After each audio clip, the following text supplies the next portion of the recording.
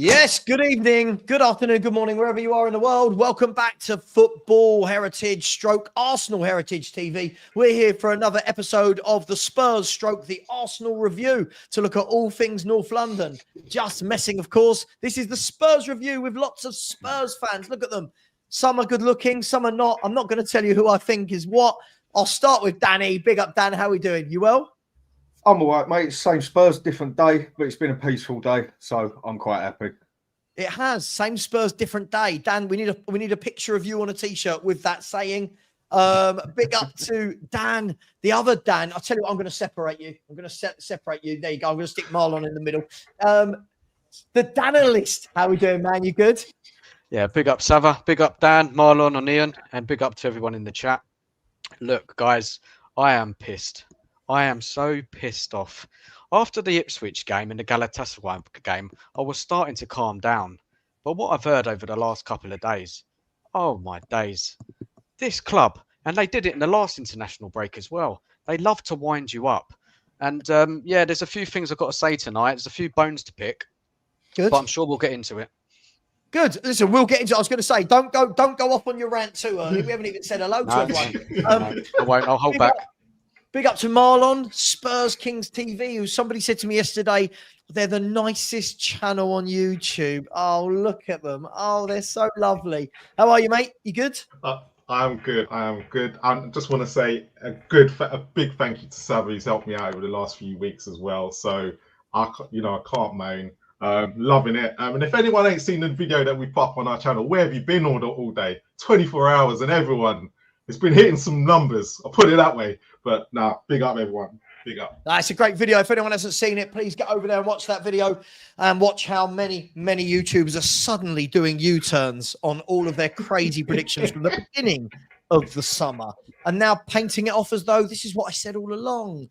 No, big up to the Spurs community in a great video from Marlon and the boys. And last but no means least, Lubo. How you doing, man? You good? All good tonight. All good tonight. Good. Looking forward to a fun show. Listen, I don't have boring shows. Mate. We have some fun. Don't you worry about that.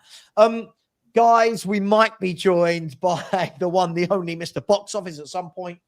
Little rumours that George might be joining us as well. So listen, we'll get a fair selection of opinions over the next 2 hours or so. Guys, Tottenham Hotspur, as I say, Danny always says same Spurs, different day. And as I always say, it's never dull being a Spurs fan. It's never dull being a Spurs fan. Even in international week, when you think it's just going to all calm down, we'll just all, we'll all wallow in our Ipswich self-pity until the Man City game. But no, all the articles coming out in the last few days, Ange is not getting on with the players. He's fallen out with them. I'm not saying that as a statement, by the way, just what the articles have been saying. Lots of people saying, yeah, well, I've heard this about Romero at the end of the season, and apparently Bentancur don't like it, and Udogie doesn't like that he's asked to do this, and Vicario doesn't like it, and Maddison, and blah, blah, blah. All of that is now being kind of grouped in. I'm going to start with you, Lubo. Grouped in with people are starting to write articles now about actually how bad has Spurs form been for the last 12 months? How sustainable is the good football that Tottenham play? It's all got that Spursy feel about it around the club at the moment, Lubo, where once the media get dug in, we're in for a bumpy ride. Just before you go, here he is. There he is. There's Alex. Big up, Alex. I'll bring you in a minute, brother. Lubo, what's been happening at Spurs and what's been happening in the media? Well, are people waking up to the fact that our form is mid-table? It's massive. I mean, it's like playing snakes and ladders with Tottenham, isn't it? Week to week, and it's just unsustainable. The whole thing, just everything from tactics to in-game management. Just don't know. It baffles me. The whole thing baffles me, to be honest. And for me personally, the sooner. Don't worry, Hot Spurs guy. We'll talk about Odegaard in a minute for you if you want. Yeah. Because we've got a whole segment on Arsenal's back four later. Don't worry about that. Don't know. Sooner he goes, the better, to be honest. But but we must have somebody proper lined up. You know, it can't just be a mess like it was when Mason Stellini took the team and we finished up with 10 points from 9 games, or I think it was 11 from 10. It was 11 out of 30 after Conte went. And that's either because we'll end up in relegation trouble. So, I mean, we're not far off that at the moment, though, Ian. We're 16 out of 33. We're not a million miles away from the Stellini Mason form that, you know, what I keep hearing, Ian, is everyone keeps saying, oh my God, look at the mess he picked up.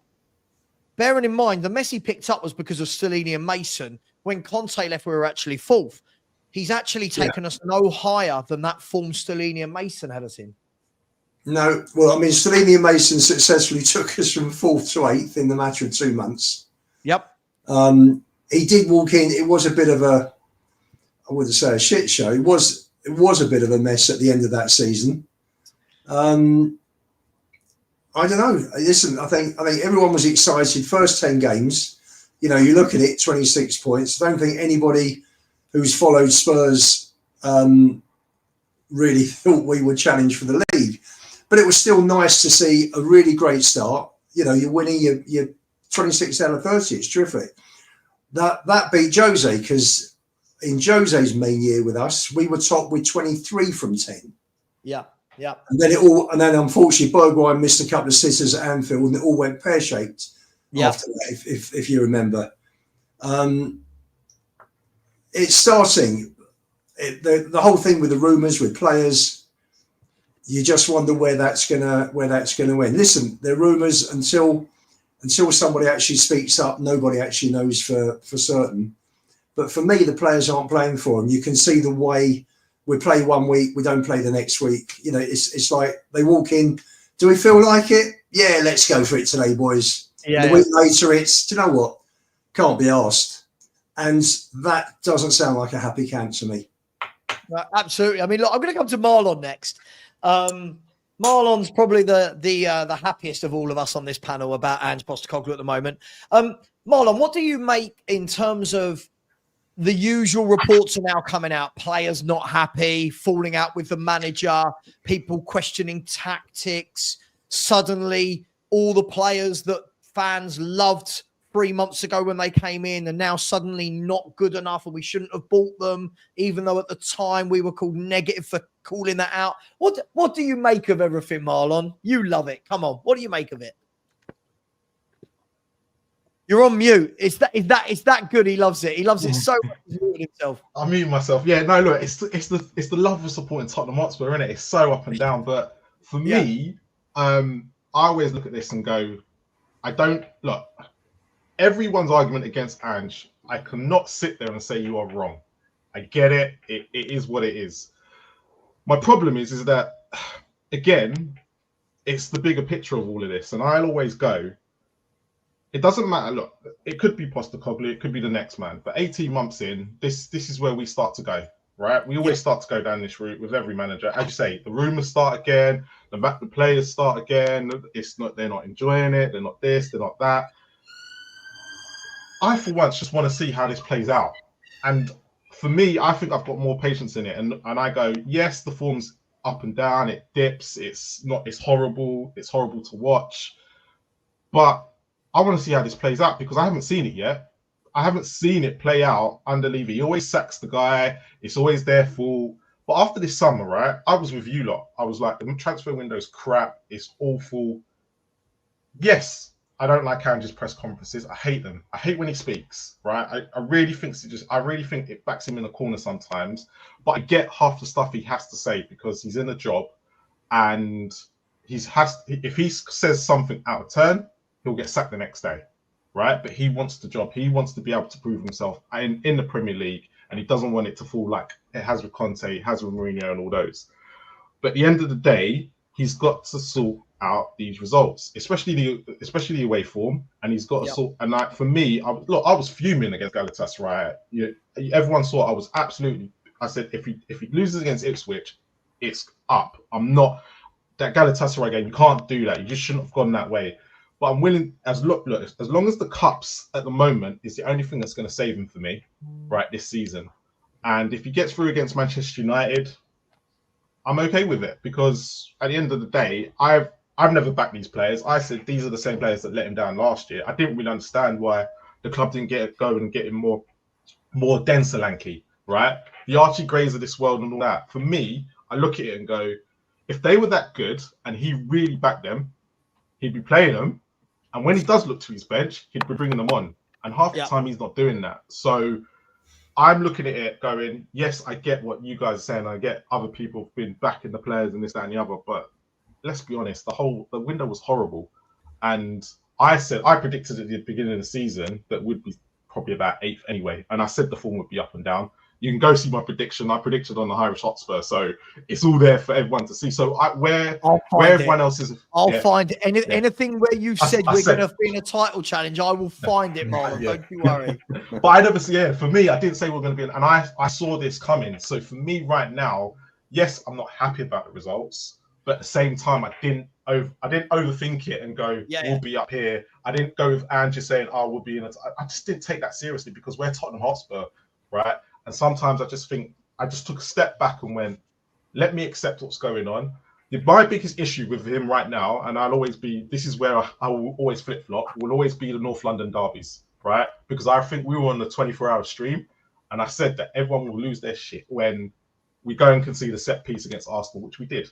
Right? And I said it. I said that will be when people will open their eyes and go, this Ange is up and down. But for me, look, I'm not going to sit there and bash Ange, because I think a lot of it is all the problems that you lot are saying that we're going through are problems that we've had before. Apart from his in-game management, I will sit there and agree. I hate it. I've hated it for a while. Okay, so that's bashing him, Marlon. You're bashing him, aren't you? Yeah, I will critique him and bash him, because at the end of the day, he's our manager, and I want Spurs to do well. So I'm not going to sit there and go, he's not doing this, he's not doing that, and be completely thing up his arse if he's not producing it. But I'm not sitting there going, I want him out either. At the end of the day, I should be allowed to critique the manager, whether he's doing good or not. And that's the bit that I find that a lot of people get confused with, right? When I'm critiquing him, doesn't mean I want him out. It just means I want him to do better than what he's doing. Well, I'm going to come to the Danalists now. I'm going to give everyone their say, and then we'll just do a free-for-all, right? I don't want to just do round and round. Otherwise, it feels like we're at school. But I'll call you Danalists from now on, because we've got Danny in the other corner. Look, I get what Marlon's saying. And look, I think a lot of Spurs fans, we are fed up. I think Tapping Tobe said to me today on my show, it's the cyclical nature of Spurs constantly changing managers.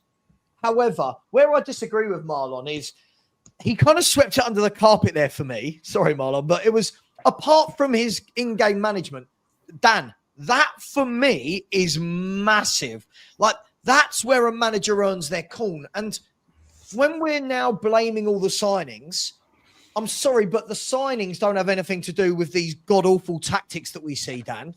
Right, the signings don't have anything to do with going to Galatasaray and playing 2 attacking midfielders and a high line.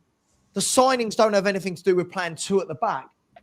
Is Ange getting away a little bit scot-free from some fans, mate, because of his own tactical inept? Oh, massively for me. Where do I start with it? I mean, look, big up to everybody who did that video for Marlon on Ash, Spurs Kings TV. Fair enough. Big up to you all for doing it. But after I watched it, I was very, very disappointed. So disappointed. I was in the minority. And it feels like I might be talking a foreign language. Look, why do, on the whole, fans accept failure as a Spurs fans? Why do we accept it? I'm going to ask everybody here now. That's where I'm going to start. I've got so much more to come. But let's start off with that. Why are we so soft as a fan base? I've had enough. I can't do this anymore. And the thing what Levy said the other day, what I've read, he's looking at 4 and 5 years to success. Mate, honestly, it's too much. Guys, let's put that back at you lot and see what you guys say. Let me ask you, Dan, just quickly before I move on to someone else, let me ask you, the thing where I find it truly funny is, Dan, people like me and you, people like Danny, Box Office, I wasn't doing so much with Ian in the summer, so I don't want to talk for him. He's got his own voice. People like Stell, people like us, we all said what the club needs in the summer, how bad the transfer window was, what was needed. And we were told by so many, Dan, you're negative, just get behind it. Now, all of a sudden, things aren't going well. Those fans that were predicting title challenges, we're going to finish third on 80 plus points. All of a sudden, oh yeah, but the transfer window and he wasn't backed. We're doing exactly the same thing we did under Conte when we had that crap summer and people are going, I think Conte can win the league. And you're like, as soon as it starts going wrong, but he weren't backed. Our fans haven't learned, Dan, have they? We just get too gassed over any little thing. Look, there's so many things. Look, I know it's Ange. Ange is a big issue for me, but there's so much more to it. There's question marks over the players. Obviously, the board, which is clear. The transfer window just evidences that we're not serious in competing this season. Fans can't agree. There's issues in every area of the club. Fans, right? Yeah. It's one big mess. And in my view, we are on the road to nowhere. I agree. I agree. Look, let me, at this stage, let me bring in the other Dan, Danny. Dan, look, you've heard a few people have talked. It's Spurs all over. I think Dan, the other Dan, has hit the nail on the head there. That from tactics to manager to chairman to director of football to fans to the media now coming out and saying things, it all feels like there's nothing settled at the club still. Like, I heard this morning a lot, Dan, on my show. He's changing mentality.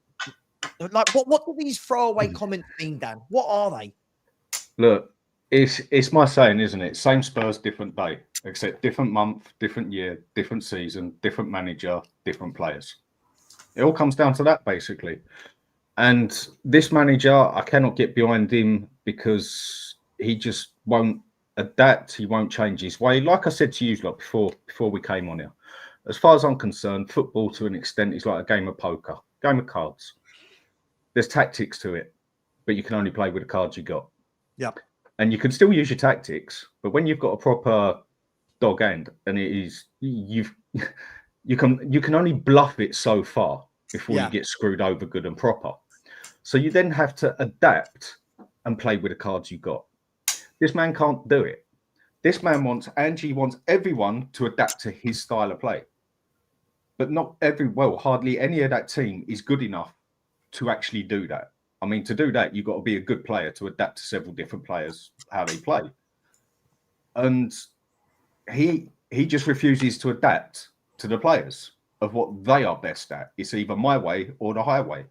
Yeah. And this way, it just isn't going to work. You can't. I said it at the start of the season. I said it halfway through last season. You are not going to be able to play this way consistently and get results. Now, with the other point of the first thing that's starting to come out now, I mean, I questioned this a little while ago, same as others. Has he lost the dressing room? I don't think he's lost the whole lot, but I do believe he's lost part of it. Yeah. And at Spurs, I mean, I think everyone on here and everyone watching can vouch me on this. Every time it starts coming out that the manager is losing some of the dressing room is always the beginning of the end. And the other thing is with the dressing room, is it just convenience or is it how it is in the aspect that, if you want to say it, more than 3/4 of the one that he's meant to have had arguments with and lost it with are all defence-minded players? Or is that just another coincidence, or is it just BS? But usually in Spurs, always in Spurs, as soon as it comes to saying that there's been a fallout with players, baked potato, mate. See you later. Mm-hmm. It's the beginning of the process for me, if you want to call it that. But Dan, why doesn't anybody ever give a real serious answer or a breakdown of why Ange does not adapt? And also, why is our waveform atrocious? Okay, I'll answer your question on that, Dan. Yeah? Because I can't read his bloody mind, and nor can you. But fans, other fans, Spurs and nor can other fans. None of us can read his mind. Only he knows what he's actually doing and thinking at the end of the day. I mean, what we throw in here, what other people throw in here, is a lot of it is all opinionated, but then you've got the hardcore facts on the table on how he's doing. Yeah. But at the end of it all, we're all sitting here saying, well, can he do this? He can't do that. It don't look like he can do this. Is he thinking that? He talks too much when he does talk because he don't walk the walk and everything else. And we're just still all trying to work this fella out because I don't even think he knows whether he's coming or going. It's a question you can't answer. It's just some people like to be more positive. Some people like to be realistic. And the sad thing I will last say here, whether you look on it as life or whether you look on it as football, there's a lot more negative than there is positive in there. Except when it is positive, it totally outweighs the negative. It's just there's nothing really there to be positive about at the moment, if you're being realistic. That's how I see it. If you look, can I just say, if you're looking at it logically, he's played a certain system through his coaching career, and he's come down to Spurs from Celtic, and he thinks it's going to work here. He genuinely does think that he will be successful again for the fourth time. What he doesn't realise is that this is several levels above any league that he's coached in. What he should have done, if he was a proper student of the game, was studied lots of matches in the Premier League before the beginning of last season, seen how teams play. He probably then got carried away with the first 10 games and probably thought, do you know what, it would have worked. But I lost 5 players in one match through suspension and injuries. Then I had constant injuries throughout the rest of the season. We never got on. We never got back up to that level. I think we had one period from, I think it was around Christmas onwards, where we got 20 points from 10 games, and then we ended up with 10 from the last 9. That was just appalling. But he seems to think that because he's got 26 from 10 probably, and then from game 20 to 29, he's got 20 points. He seems to think that this is going to work. It's not working. It's just not working. Is it just that he thinks that, though? Or is it that he just actually does know no other way? Because he has not done professional football on a high standard. I think it's both. Or do you just think he genuinely doesn't know any other way? Or do you just think he genuinely believes that this way will work? Because he has worked in this way and been successful, he is convinced that Plan A works. So he hasn't even considered Plan B.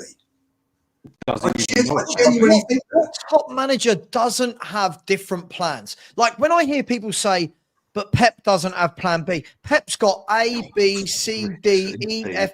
Pep will go away and reinvent Man City again, right? And Danny was bang on at the beginning of the show. You play with the hand you've got. He's got so many players that don't fit this formation. He's gone and bought 16 new ones that don't seem to fit his formation. You know why? No one fits this style of football. This style of football is not being adopted by other managers for a reason. It doesn't work. And if you're not adapting, I keep hearing this, he'll adapt. Well, we're 18 months in. We're 18 months in, guys. When does the adaptation start? I can't go to my boss at work and go, yeah, sorry, I know I've been really poor for 18 months, but I promise you I'm going to do something different this quarter.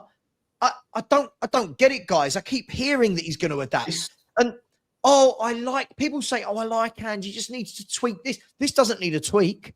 There's no tweak needed. This is major surgery needed. 18 months of the same back four, guys. They still don't look like they've ever played together before. They still can't defend crosses. It's madness. One bit.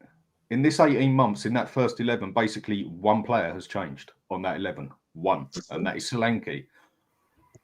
And this team still hasn't been able... They should be well-oiled, Dan.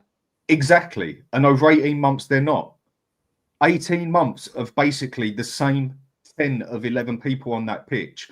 A lot of managers would kill for in the aspect of that's given them all the time in the world to adapt. They had plenty of time last season, more time than most other teams in that because they had no European, no nothing else. And it still feels like these players, one minute they've got half a clue about it, next minute they don't know what he wants. They look over to him and he just stands there with his hands in his pocket. 18 months and they haven't got better. They've got worse. It's telling you something. These tactics aren't working with these players. Sort your life out. Sort it out. I'm going to come to Alex before I do, Alex, because I know what I'm going to get from Alex here. Big up to Eugene, come here. Jose, Conte, and Ange all lost dressing rooms. Coward players and bored. Get rid of all. I want to pick this apart. I'm getting fed up with every time something goes wrong, we lump it in with any other manager who's been here, right? I'm looking at this squad of players that Ange has got compared to what Jose had. I'm sorry, I'm not comparing them. This squad that we've got now compared to then, Jose would have loved this. Jose would have loved this. Some proper defenders, proper wing backs, some proper midfielders. He would have loved this. Jose was given Dyer, Roden, Davis, Aurier, Doherty, Sessegnon, right? Winks, Sissoko, Skip, Ndombele, Lo Celso, Bergwijn, Gedson Fernandez. Let's not put this in the same bracket, right? Let's not do that. Those managers with this squad would be flying. Conte or Jose right now with these squads would be flying. At the end of the day, I keep hearing, though, oh, it's the same players getting managers. It's not the same players. Look at the squad now to 2 years ago. This is not the same squad. And when all these players were signed, I'm told, oh, look at the deadwood we got rid of. We brought in Ange players. Then when we start failing again, it's, oh, but it's all the same players. Throwing the manager under the bus. We can't have it all ways. But big up, Eugene. I know you didn't say some of that, but I agree with you some of it. But look, Poch was coming to the end of a cycle. Yeah, Poch lost the players maybe after 6 years and no new reinforcements. Jose never had a squad. Jose had Son and Kane, nothing else. Conte never had a squad. Ange has got some decent players here to work with and doesn't amend or adapt. Alex, I'm going to bring you in here. Big up, Eugene. Thank you so much for the super chat. And please do smash the likes, people. The likes has been shocking. There's 401 of you and 88 likes. We've not even got a 1 in 4 ratio. Can we get that up to 200? It's free. It's free to smash the like button. Mr. Box Office, you, hats off to you, called this from the very moment Ange arrived. You said nothing would change. I said I think something will change and then quickly jumped off that. But you stayed on the same path the whole way. You said nothing was going to change. You predicted these things would happen. And to be fair to you, I don't think you get anywhere near enough credit from anybody in this fan base for being right about the whole thing. Thank you for saying that, because I've been waiting for people to say that, because I've been justified. Like I said before, I watched back 2003 June, and people said to me, oh, you need to jump and watch the research on this guy. And I said, no, because I know the research of my club and I pay my money. So that's my research. And thank goodness I am very, very stubborn. Thank goodness. Because like I say, they don't like hearing the main event. They don't like hearing the professor of truth and entertainment, because they don't like the truth, like I said before. And all the reasons I'm hearing now, I said back in June, I said, well, we'll see, because hindsight's a beautiful thing being a Tottenham fan, like I said. You know what I mean? Like, you know, even that Eugene, big up to him for the super chat. He has a guy at me. But I mean, like, it's all cool, like I said, because like, listen, I'm not gonna have a go at Marlon, because Marlon has. I've been on show with Marlon. Have a go at him. No. He's my boy. He's my boy, like asthmatic, yeah. And they gave him to task. You know what I mean? Ange Postecoglou. Let's just say that.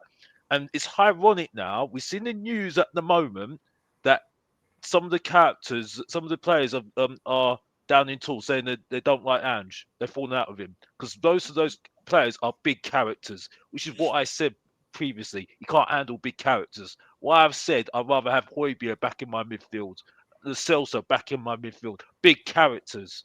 You know what I mean? Perisic, big character. You know what I mean? You know, and the thing is, though, the thing that I know I'm gone right. First, they call me negative, so they've got nothing on me, right? One thing that Asthmatic and Kluivert have not done to me. That's why I listen to them every single time, because they might not agree with me, but they give me football opinion. They're the only ones that made me feel, even maybe Marlon to a point, right? It said maybe got me thinking a little bit, right? Not trying to give you an ego, Marlon. Don't get used to it. But the point is, yeah, right, is that, you know, I'm not, like I say, what am I basing this on? You know what I mean? And you know, what am I basing on seeing what at the moment? At the moment, I am bored. I was actually toing and froing whether I'd come on the show today because I was sitting there thinking, there's nothing against you, Savva, because I think you're brilliant. You're absolutely fantastic. But it's just, I'm 37 years old. I'm bored. I'm saying the same things, and I'm getting annoyed when I say the same things. For the last few years, I've been on YouTube for quite a while now, so I'm quite a season pro at this now, right? When I'm saying the same things, when I'm going on other shows, like the recent show, I'm saying the same things, and the same guy saying the same things. I'm like, what am I doing here? Why am I wasting my time? You know what I mean? And it does get It does get just depressing because I don't want to talk about my team like this. I don't want to talk about my team like this. Alex, come up with some solutions. Come up with some ideas. I can't give you no solution. But I can't give you any more solutions anymore because it's up to them to sort it out. No, because I can't give you any solutions anymore because I don't know what winning is all about anymore now. Because I can only watch like Man City, look at Liverpool, and they'll do what they're doing. But at the moment, I can't see Tottenham doing that anymore. I can't see it because they make stupid decisions like they did in the summer and telling me that Archie Gray and Bertha are that good. And I'm not even unleashing here. I'm expressing my passion at the end of the day. The point is, is that I was told that these players were so good in training, we don't need a midfielder. Yeah, we don't need defenders. And all of a sudden now, all I'm hearing now, it's all about Daniel Levy. And I'm like, no, it's not on Daniel Levy. It's on the manager. It's on the manager. I'm sorry. He's the one that made these decisions. He's the one that bigs himself up. And if he's lying, I can't trust the guy. I cannot trust the guy. I'm sorry. And then people had a go at Pochettino. People had a go at Harry Redknapp. People had a go at Jose Mourinho and Antonio Conte, who couldn't bloody stand. And the thing that annoys me so much now, I'm now saying I want bloody Pragmatic back in my bloody club. And that's annoying me right now, bro, because I couldn't stand the guy. You know what I mean? I couldn't stand him. Who, Pragmatic? Yes, I couldn't stand the guy, Pragmatic. He did a fantastic job for Tottenham. He didn't. You have got no idea what he's done for Tottenham. Ian, let the main event finish, yeah? But the point is, big up to you, by the way, because you do get a lot of flack and you do turn up. I'll give you that. You know what I mean? You do turn up. So I do like you. You know what I mean? Yeah? But the point is, participation medal, like Spurs. They need to turn up they need to turn up. They don't turn up. They say a lot on other channels. They can say that for a fact. But the point is, right, sorry, Savva, I'm going to give a dig when I have to give a dig. That's what Mr. Box Office does every single time. Get used to it. The point is, right, is that, it's like, I'm sorry, it's this club is the only ones that don't get anything better that they had before. You know what I mean? Don't improve on what they get before. Like the whole squad, I would do my right arm to get a bloody better winger than we got at the moment. You know what I mean? I see Madueke getting past his man. I see Neto. I would have Neto all day long in my team right now, man. Spurs are in talks with them. But Chelsea why do we not get it done then, Leon? Why do we not get it done? Spurs out the water. Chelsea came in and blew Spurs We needed a proper winger on that left-hand side. We had nobody, and this guy is doing it for Chelsea right now. We need a proper midfielder. I would have taken Mike O'Reilly all day long. O'Reilly, he's got some bottle in him right now, man. If you put him next to bloody Bentancur, he's telling him what to do. You know what I mean? Or Locatelli or someone. But we don't see it. Surprise. O'Reilly. No, it's not a surprise. This guy. No. Ange knew O'Reilly from Celtic. That's why I was surprised he didn't go. He can't handle big characters. So he's messing himself up as well.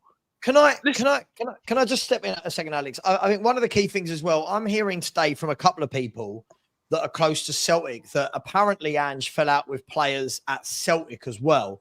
And apparently O'Reilly was one of those. I don't know. I can't sit here and say he did. I'm just saying some people are saying he fell out with players like O'Reilly, like Abada. I think there was another one that Kyogo. I think he fell out with a few players. I don't know why. For me, I can guess why people would fall out of him. I think he's a really rude, arrogant man. And I look at him and don't think there's any warmth there from the players. But look, what I want to do before we continue this, I agree, Alex. I agree that we needed, and Ian, we had a chat for about an hour on the phone yesterday morning, me and you, Ian, one of our little footy chats.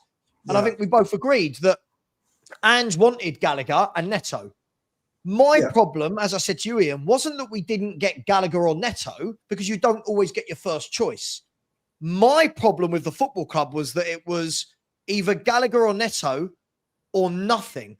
Other clubs would go, right, we want Neto.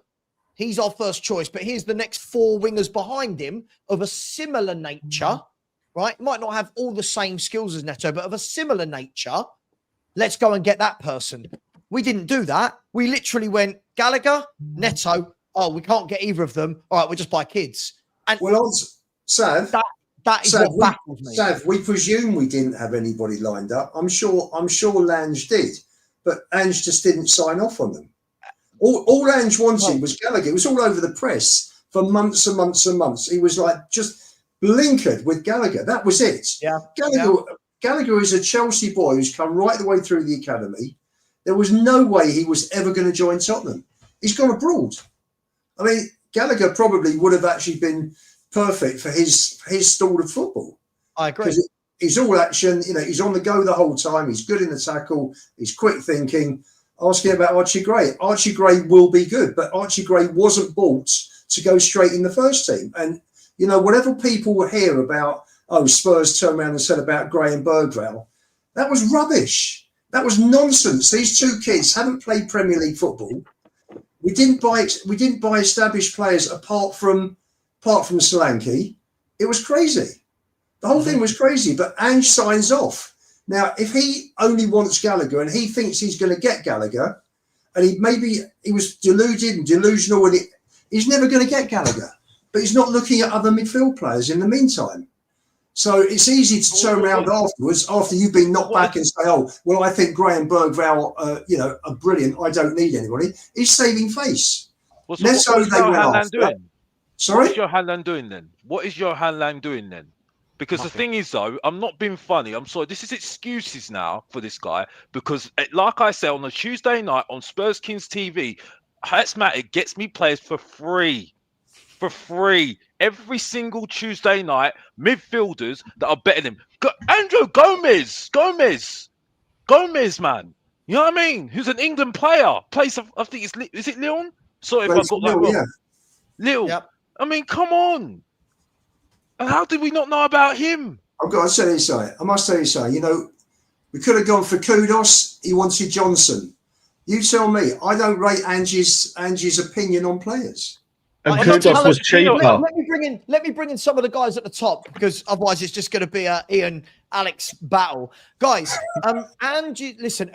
When we have this chat as Spurs fans, I think we're always caveating, right? Because we all know Daniel Levy's there. Whether or not the conversation is about Daniel Levy, it's got little Levy, it's on Levy parrots on the shoulder. But when I hear what I'm hearing from people is that he wanted Odegaard, he wanted Solanke, he wanted Brennan Johnson, he wanted Maddison, he wanted this play. Is his talent ID good enough for what we want to do as a club?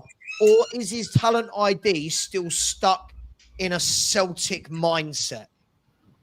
Take whatever you want from that. I think what you're saying now, there's a high chance it's true, because we've already questioned that he hasn't been in a league as big as the Premier League. He hasn't been in Serie A, he hasn't been in Bundesliga, he hasn't been in Spanish League, he hasn't been in French League, he hasn't even been in Dutch League. People take it offensive when I say it, but the Scottish Premier League is ranked lower than the USA League. The Scottish Premier League is only there because the UK government actually support it, if you go and do some checking up on it. Otherwise, it wouldn't even exist without Celtic, maybe. And yeah, he's got no experience at this level of managing. Has he actually come to Spurs and still so set in his way, and he hasn't got the skills to do it in a Premier League because he's not used to every other 19 clubs being able to beat you on their day, as why a lot of people say it is the best league in the world. And is it he only knows that way, and he looks at a player and thinks, Johnson, brilliant, he'll do brilliant for me. Okay, he might have done good for you at Celtic, but it's not going to work down here, mate, for what we want and expect. Is that actually just down to his standards, basically, the level he's at?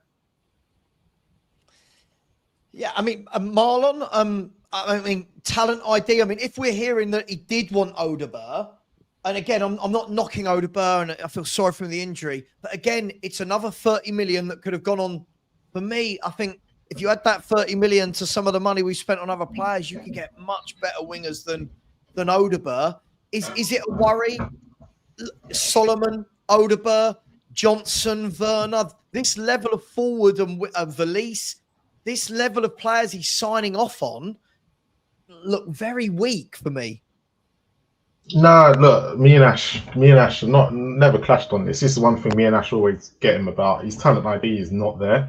We can see that with Brennan Johnson. You know, look, you take Brennan Johnson, you got a Van der Ven. So, you know, it's kind of what you have to take with this is a lot of what's being signed off and a lot of what he is signing off on and what Spurs want is what the club want as well on top.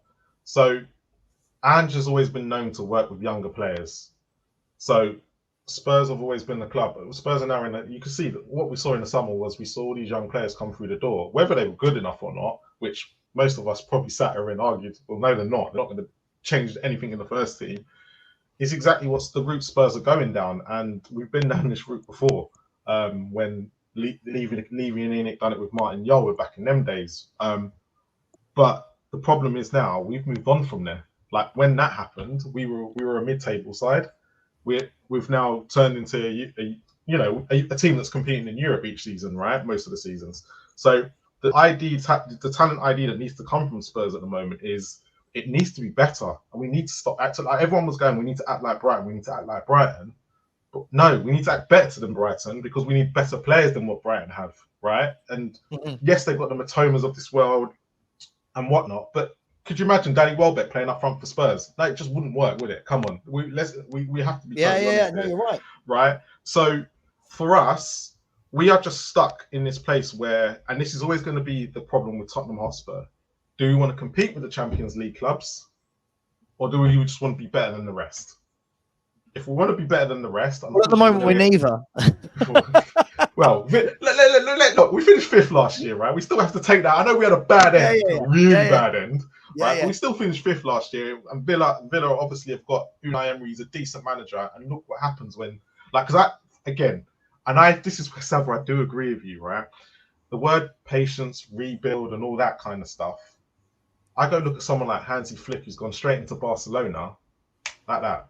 It's what happens when you go get a good manager and a good coach, and both the club and the coach are aligned in the philosophy going forward. And I just think, as you guys said, he wanted Gallagher and Neto, right? This is a bit like Jose getting rode on and whatnot. Is it a case of when a manager's been here for like how many windows it is, he starts to get disillusioned with what the club told him what to begin with? Possibly. And this is why we're seeing this up and down yo-yo, because Ange is like, I should have signed off on that, but I've got it now. I have to do what I've got to do, but he's not good enough to do that. It could be a problem. I think Ange has got hardly any say on who we bring in.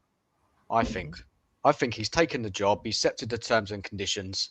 He's got very excited. He's got a big Premiership job, and he's just going along with it all. The problem I have is he's not just being honest, because no manager would be happy with that transfer window. I don't understand it. I disagree. I disagree as well. So don't say things like this, please, Billy. Please, last warning, please. Don't say things like this. It's not right. All right. Sorry. And Big Boss Man, yeah. If anyone hasn't seen Luca Digne's free kick, sorry. As you were, Dan. Sorry, Dan. Alex, you disagree? Tell me why. I disagree because he picked the players. Basically, I know he has to say to a certain extent. Yeah, you have to cover your back. But what that manager has gone to the extent of saying, I'm surprised he's even got feet left. He shot himself in the foot so many times, he must be limping hard. And with that aspect, I believe he wanted the majority of these players. He wanted, clear as day, Turbo Wiener, Timo Werner, whatever you want to call him, yeah? Because under no way, if we want to go to how Daniel Levy works, I cannot picture in any means or manner of Daniel Levy sitting there and going, right, let's bring in Timo Werner again, who done absolutely jack last season, and let's bring him on 165 grand, which we're probably paying 145 of, who knows, but we're definitely paying a high percentage of it. That's not Daniel Levy's tactics. It can be if there's no transfer fee though. Oh, there was a fee in it. Yeah, but it's a small portion. And when you compare it to the 30-40 million pound players who are on small wages, I think that's the way Daniel Levy's working. If it was a case of he's going to cost 40-50 million and it was big wages, Daniel's not going to do it. But because it was because they negotiate. Because you have to remember, with Timo Werner, they did negotiate a lower fee to begin with. So as Spurs, typical in Spurs style, they saw it as an opportunity. So this is where I do agree. Like, I don't agree with the signing of Timo Werner because I can't stand him. But when you say that it's not a Levy signing, when you look at the bigger picture of it, it actually, everything about it is Levy, right? Okay, do you know what? Hang on. Sorry. Why? Right, I get it. Right, I disagreed with it, but in January, I did a video the day he signed, and I said this is basically an abomination of a signing, and everyone in my chat. I remember I had like 1,200 people in the chat. Everyone going, "Oh, Savva, you're harsh. This is only a loan. It's only to cover us through to the end of the year." He comes in, has a shocking. Savva, I agree with you. Like, I don't disagree with anything you're saying. Hang on, Mark. Yeah, I got to my point. He comes in as a shocking 5 months. Doesn't relatively nothing, right? Now, if you are the manager and they say to you, right, we can get Timo Werner back again, you are saying, no, do not sign this guy for me under any terms, right?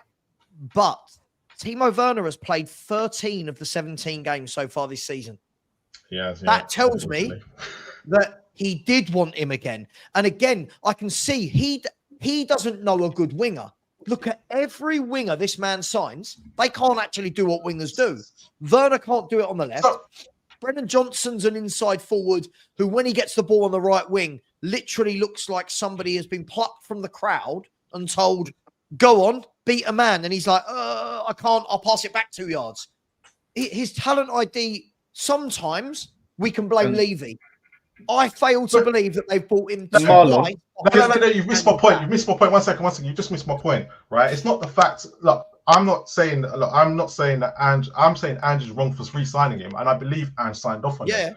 But Dan said that it wasn't. It's not a Levy side. Like Levy signed off on it. Because there was no transfer fee. For me, Levy still signs off something like this because the wages and the transfer fee doesn't come into play. If they were together, it would be, I reckon, it'd be completely different. You know what, Marlon, for what you're saying, I'll back off on that a bit. It actually makes sense. It does make sense. Because when you add it all up together, the wages he's paying and everything and that, it isn't as much as buying a player and doing the wages and the sign-on thing. Do you know what, mate?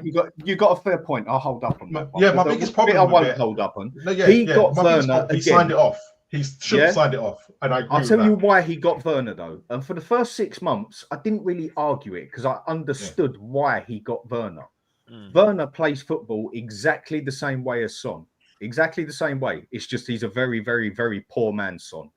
He plays it the same way, or the same way Son used to. And he's basically seen it, and he's gone and got him again for the same reason.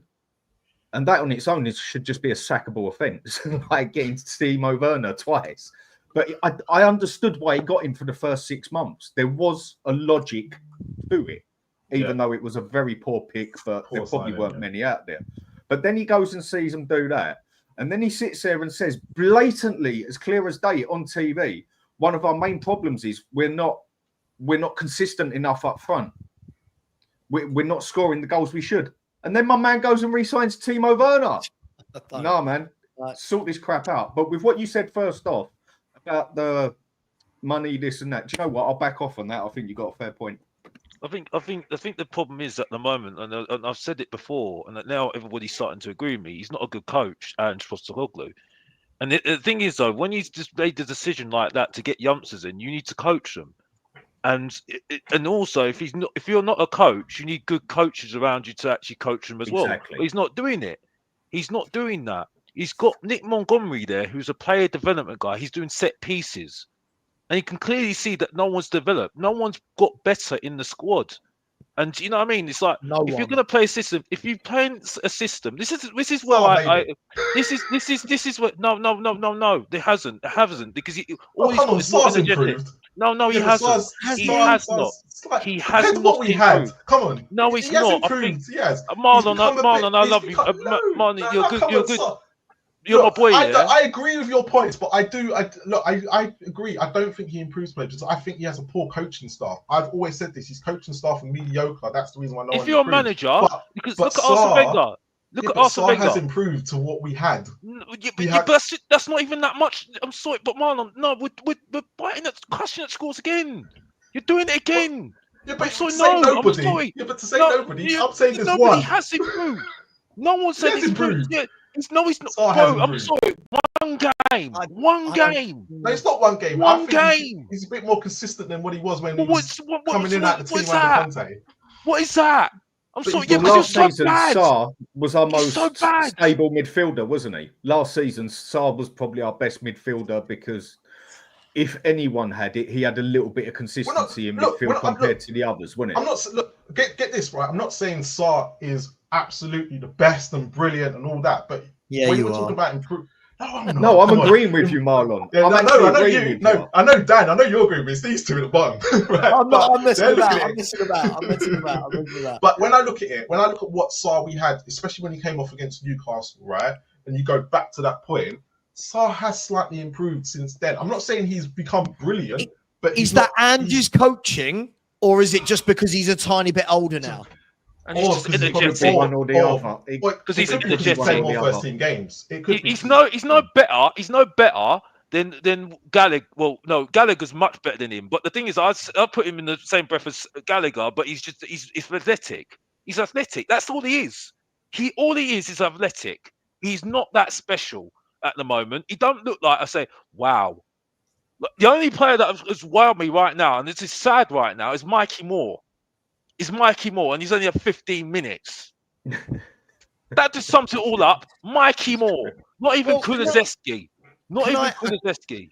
Okay, look, hang on.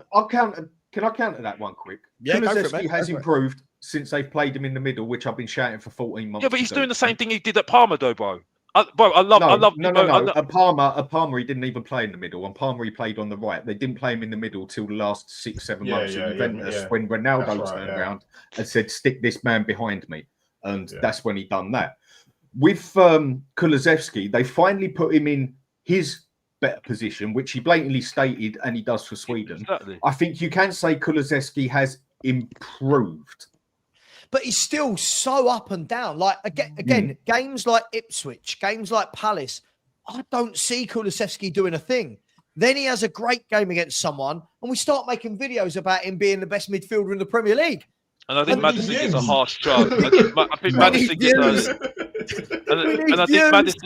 I think Maddison gets a hard rep, because the thing is, though, I'm not surprised he's not happy because Timo Werner was playing every single time when he's playing absolute rubbish, and that sets a bad precedent, like I said before. So when he's playing well, he's off on the bench. He's sitting there thinking, why is Timo Werner playing? Because he's been bang average. Yes, he works hard, but then I'll give him a Boo Peter badge and say, sorry, bro, you still have to score your goals. You know what I mean? Yeah, and I'm getting hooked off.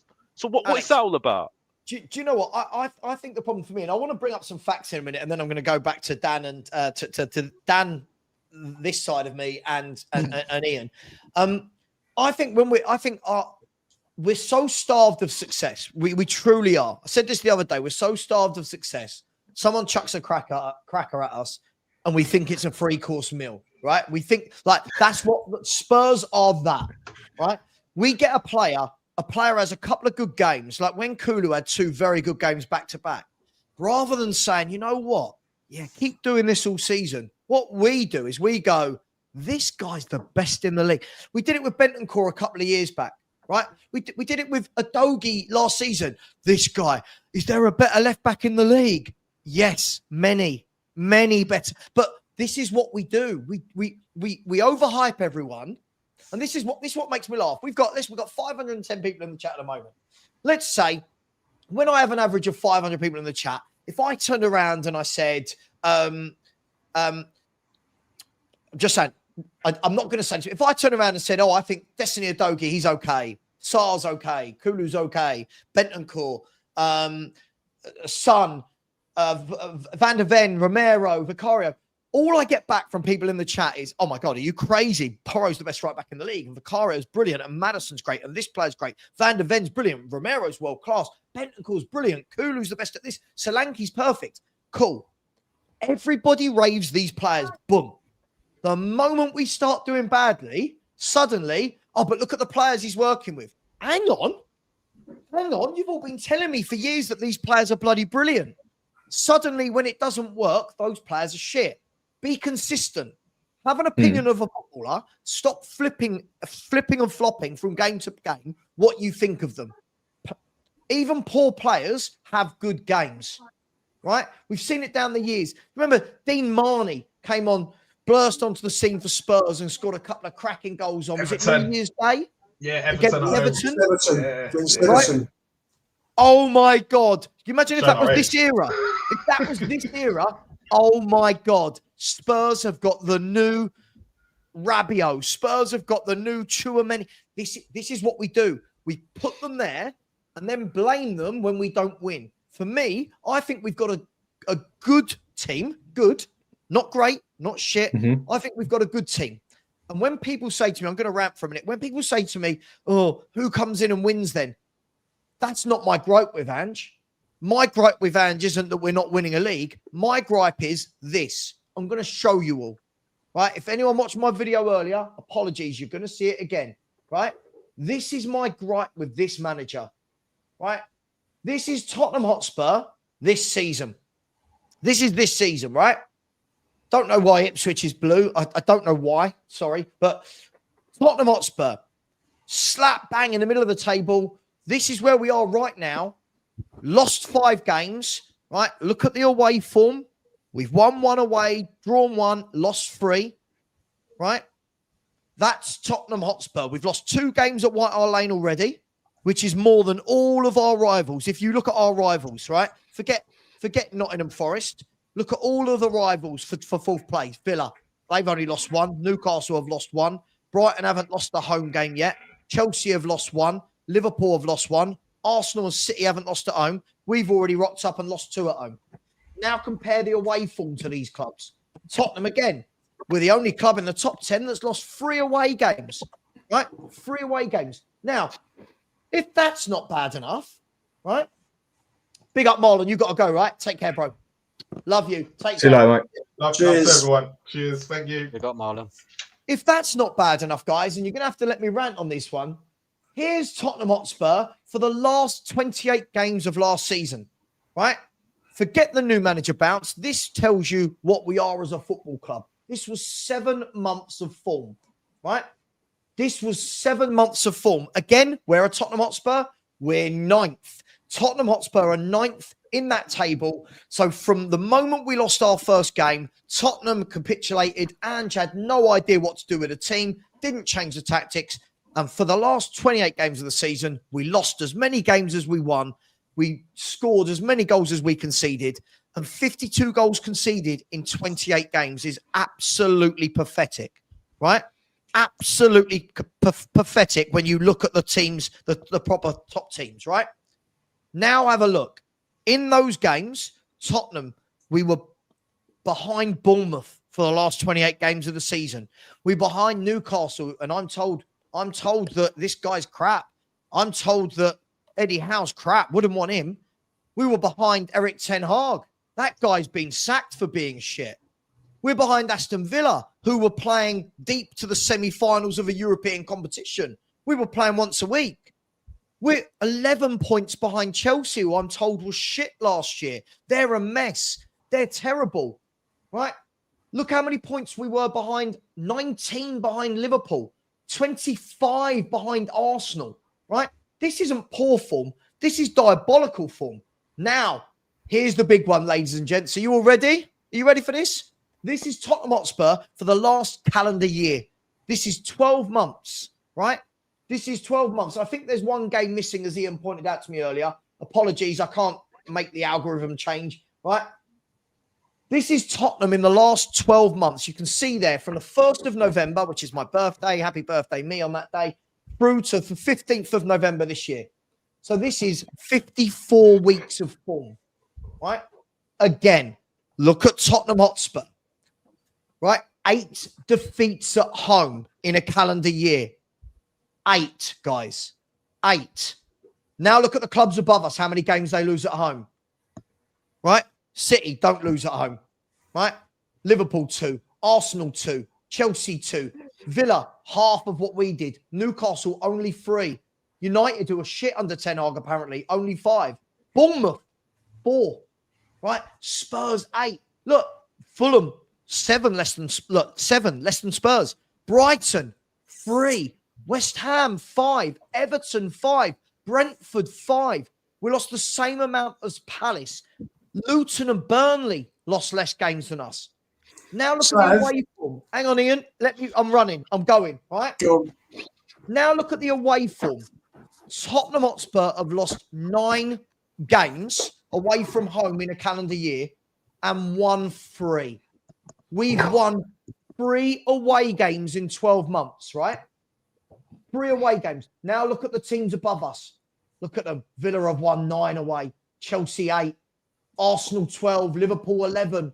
Right? Bournemouth have won 7. Fulham have won 4. Brighton 4. West Ham won 6 away. Forest won 5 away. Right? Why am I showing all of that? Why am I showing all that, guys? Look at this. Last thing I'll show you. In the last calendar year, we've got 4 points less than Bournemouth. Bournemouth with their budget. Right? We've got 4 points less than Ten Hag's Man United in a calendar year. They sacked him. Eddie Howe's Newcastle, who had 10 first-team injuries for about 6 months, have got 5 points more than us. Aston Villa, 11 points more than us in that time.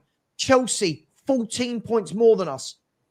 Now, please, someone tell me, what mentality has this guy improved?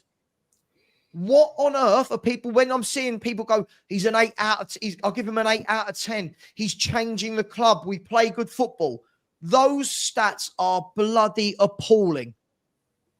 Slav, let me just add that when you include the missing 39th game, Brighton and Fulham are now, after our defeat last week, because those fixtures, those 38 games, Sav, I think must be up to Villa.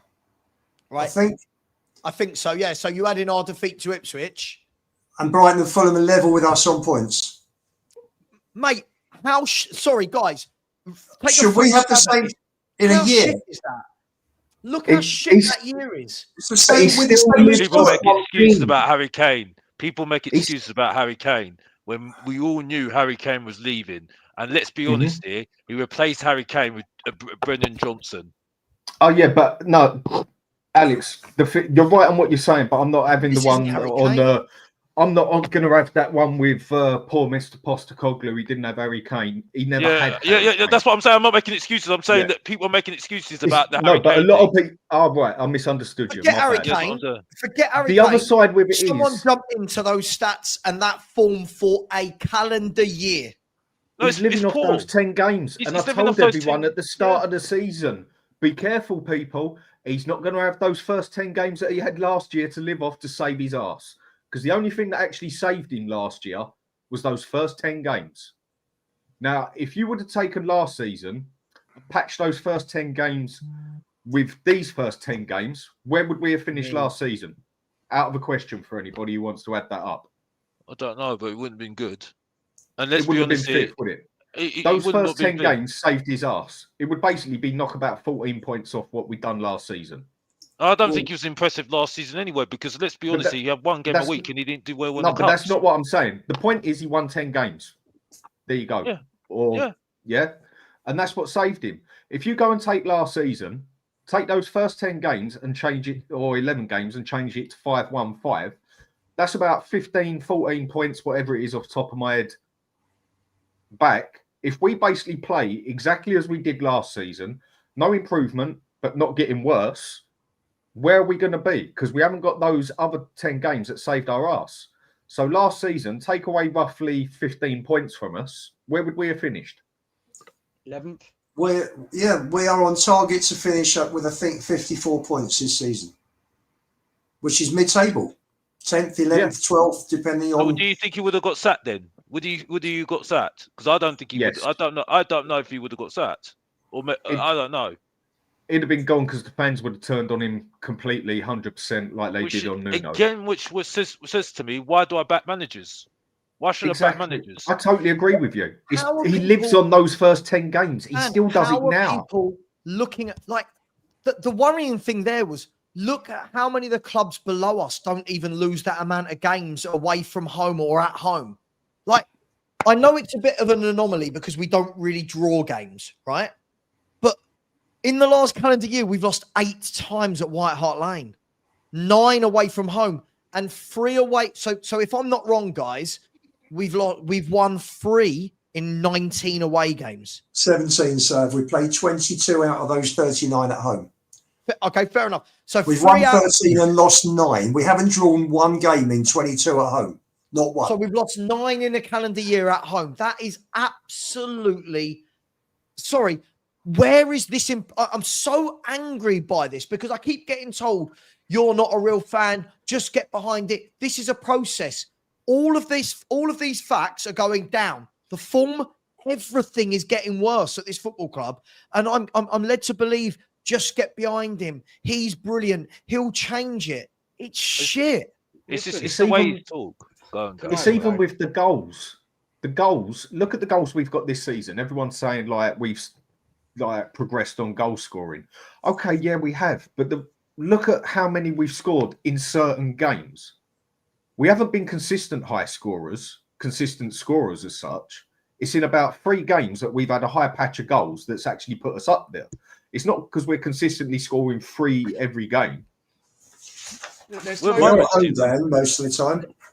There's no progression. We're not going anywhere. And I do not accept that fans are seeing something here. I don't know what they are seeing. Agreed. We don't even play good football. The away form is atrocious, and even the home form, Savva, after you brought up those tables, the home form is rubbish.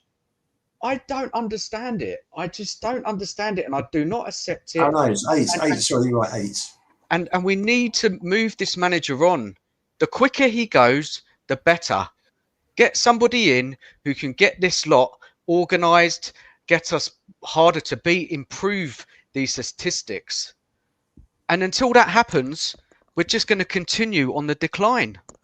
I think really what we're saying is we just need somebody who's who can coach the players at the moment. Exactly, Alex. He's got an ideology, and that's it for me. You know what I mean? It's just like, for me, that's where I think we're better with coaches. I think we've always been better with coaches rather than managers. I've always said it because I think Pochettino's just proved it to me as well. And I mean, people have a guy Eddie Howe, and I think Eddie Howe's proven that he's a great coach. The way he's done he's changed Joel Linton is quite really fascinating for me.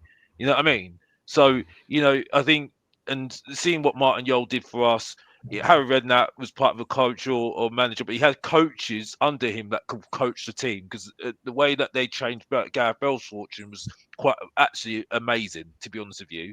You know what I mean? So I just think this is what we're missing at the moment, you know. And I think at the moment he likes to he knows how to coach he knows how to manage a team, but it's coaching the individuals at the moment, because the goals that we are scoring are so similar. The Ipswich game, I watched the second half back. It's quite clear what happens. It's happened the whole season last season. We are a momentum team. Yeah, when we got momentum, we're very good. But that momentum's only for about 10 minutes or so. And then the opposition find a way of trying to stop us. And Ipswich found a way of stopping us, which is what good teams do. They find a way of stopping us, and then they get back on track, and that's it. Can I just bring something out? So first of all, again, sorry, when I said I messaged you guys, didn't I, earlier, and I said, where can I find this last 12 months table? And then I found it. You know, like, it was really lazy of me to ask you guys instead of Google. Right? When I found it, I didn't realize just how bad it was. And I want to bring your attention to something here. If we look at home, right, our tactics are so shit that the only two teams in that list that have lost more games than us at their own ground are Wolves and Nottingham Forest. And Nottingham Forest were in a relegation battle last year, and it looks like Wolves are in a relegation battle this year. We lost 9 games at White Hart Lane since November last year. Right? Now, I don't mind that, but then have good away form. No, the away form shit. If everything is mid-table, everything, right?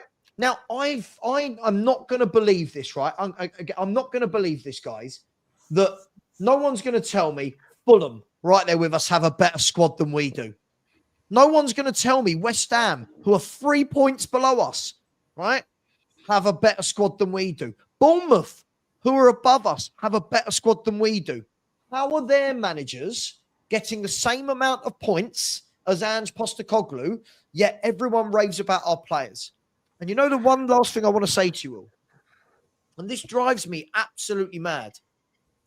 It doesn't matter what facts are shown. It doesn't matter what evidence there is. People are just going, I think he's done well. I think he's doing well. I think I can. People come on and say, I can see improvements. Sorry? He's losing more games than all the managers before him, right? He's getting less points. Our goals, did any of you see? If you look at that again, look how many goals we conceded in 12 months. Yeah, but Savva, how many goals? What's that? 31. We've conceded 65 goals, yeah, between November and November. 65 goals we conceded in the calendar year. Yeah, but Savva, hang on. Come on, man. But we're getting better at the back. But we're sorting it out at the back. This defence has been playing together for 18 months. I'm told the fullbacks are brilliant. The centre-backs, this is one of the best pairings in the league. Cool. Drill them. Drill them to be a back four then. I'm so fed up. The facts are not telling the story that most of the fan base is trying to manipulate. You just don't want to see it. I don't think you want to see it the same as most of the other people. You just don't want to see it. We succeeded at life. That's all that matters when it comes down to it, mate. Look. Whatever everybody's saying about what they're seeing in this manager, what progression they've seen, for me, there's no progression at all. Guys, when is Ange actually going to go? Because it can't be long now. It can't go on for much longer. I don't think people are thinking. Huh? I don't think he's leaving. Why? I don't know. I've just got this. I just got this feeling that I do think he walk before he gets sacked. No chance. I don't know. I just at the moment too much money in it, mate. Too much money. And he's just the same as 95% of the players. He's a mercenary, same as most bloody players. Put the money there and then you'll get what you want. He's not going to walk out of pride like some other managers would who can afford to. No, I'm not saying he can't afford to walk out with the money he's got, but he walks out, he loses out on about 4 million quid. He gets the sack, he gets 4 million quid in his back pocket. Now, Conte will laugh at that and spit in your face for it. So would Jose, so would Pep. If he gets sacked, though, but Ange won't. Yeah, and if he gets sacked, the clock's already ticking, mate. Dad, if he gets sacked, though, it looks really bad, doesn't it, for the whole thing with Levy, doesn't it? It really. Yeah, but it's also getting to that point. It's also getting to that point. Levy wants that fourth place purely for the Champions League money. So does he go and sack Ange and pay 4 million on him, which is tuppence money at Spurs, and especially what he's had to pay others? Or does he, if there is a chance we could still get fourth place, bring in a manager who could just adapt the team to actually get something out of it? And does he try that? But can you see him thinking like that though, Dan? And the thing Daniel Levy, yes. Yeah, and the thing that really will get to me at the moment, right now, my breaking point was done a long time ago, like everyone knows. But now it's just like even more saying, okay, now like any manager that comes in even more now, I'm like, okay, like you need to show me now. You need to show me now. You know what I mean? Like it's got to be proved now. Like no, like breathing preview or anything like that. It's like, no, I'm sorry. Like, you need to show me. Like I'm really like zoned out. I'm that zoned out now. You know what I mean? Listen, I need to do some super chats, and then we'll get back into this. But unfortunately for me, guys, I'm a very evidential person. I can't just believe in fairies, right? Like if you want to tell me Santa Claus is real, I need to see him flying on a sleigh in the sky, right? I don't need to see a fat man dressed up in my living room. Do you know what I mean? I need to see things to believe them, right? Not just I think and I hope and all this, right? Now, just quickly, super chats. Big up Jerome. Really appreciate you, my friend. I said this over and over again. Ange is just a head coach. He has no say on the transfer window. That's not what I'm hearing from people within the club, though. I'm not hearing that from within the club, Jerome. I'm hearing that he gets to sign off on players. He said he gets to sign off on players. We'll see. Ange is just taking too much on him to protect those players. I disagree. I'm sure there's players he doesn't want, but listen, Dominic Solanke, I think he definitely 100% wanted him. He definitely wanted Brennan Johnson, Maddison, Van der Ven, Odeber. I'm sorry, I don't quite agree with that. He's presented with a list of players, right? He's not presented with a list of top players. This is the problem. Dan, he's signed off. We don't know what he's presented with. No, we don't. That's what we've seen, though. This is what we've signed, and this is what we've got. No, but Dan, there's a huge difference. What that means is, listen, he might be presented with Pedro Neto and Conor Gallagher.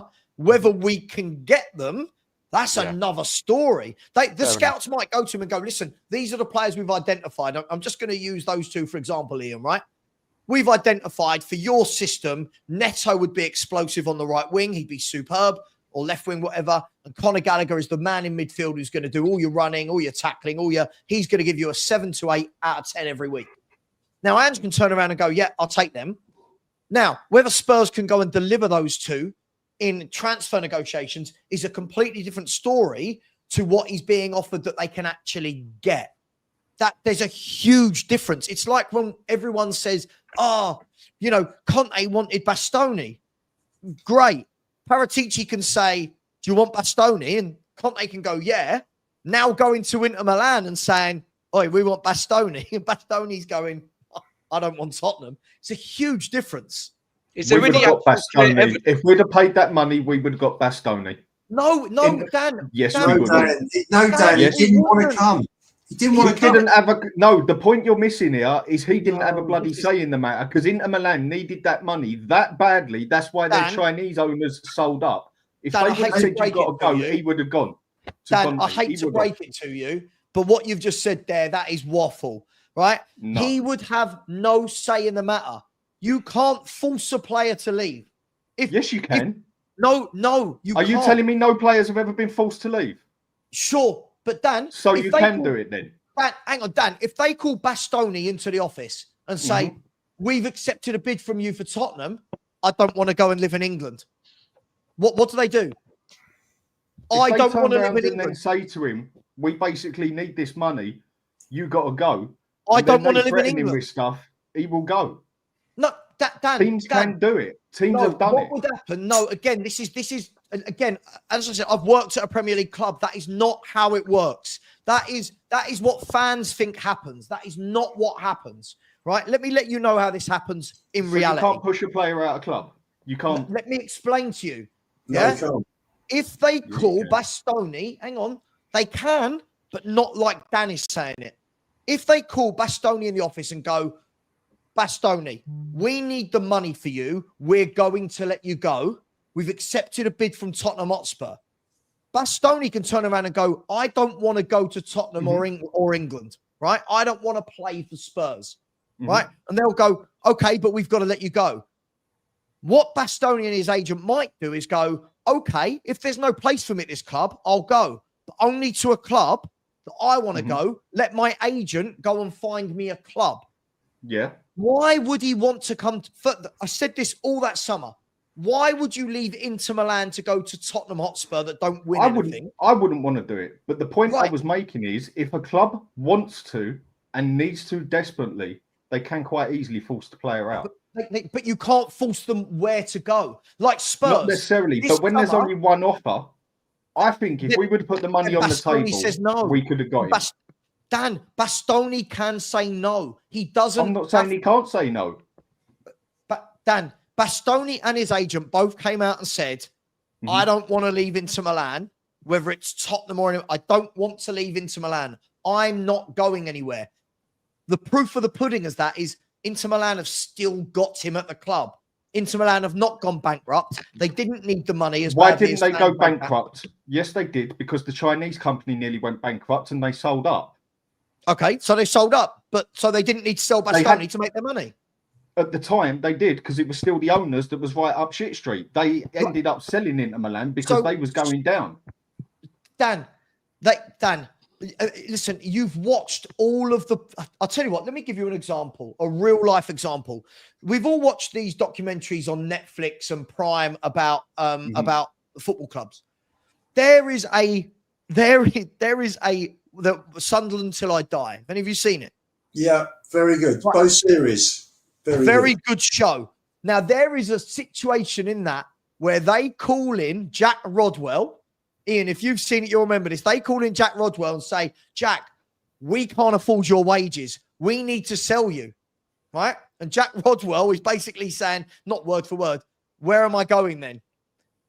So-and-so, we've agreed to sell you to there. They're going to give you half your salary you're on here. Nah, you're all right. Nah, you're okay. I don't want to go. And they couldn't force him out because you can force players out if they've got offers that they want to accept. But you can't, like Spurs this summer. But if you can destroy a player's career or at least make it hard, you can make a player do things. But I believe it's not Tottenham that was his pulling power. He blatantly stated as well, I would love to play with Conte again. Did he not? But Dan, but did he not? Conte had that pulling power. No, I personally think, call it opinion. Dan, if we he'd had have put the money Friday. down, there's a difference if he'd have put the between money pulling down. Dan, but no, again, this is this dream world that fans live in. Just put the money down, the player joins. Bastoni, right, plays for one of the biggest clubs in world football, right? On probably a very good whack, right? His family's from Italy, from Inter, if I'm not wrong. He's come through the youth team, if I'm not wrong. Yeah, right? Why on earth would Bastoni want to leave his boyhood club that challenged for Champions Leagues, cups, and leave to go to Tottenham? Now, if Man City rock up with an offer and go... Different story, I get that. Bastoni, 75 million. Right, Bastoni, come into the office.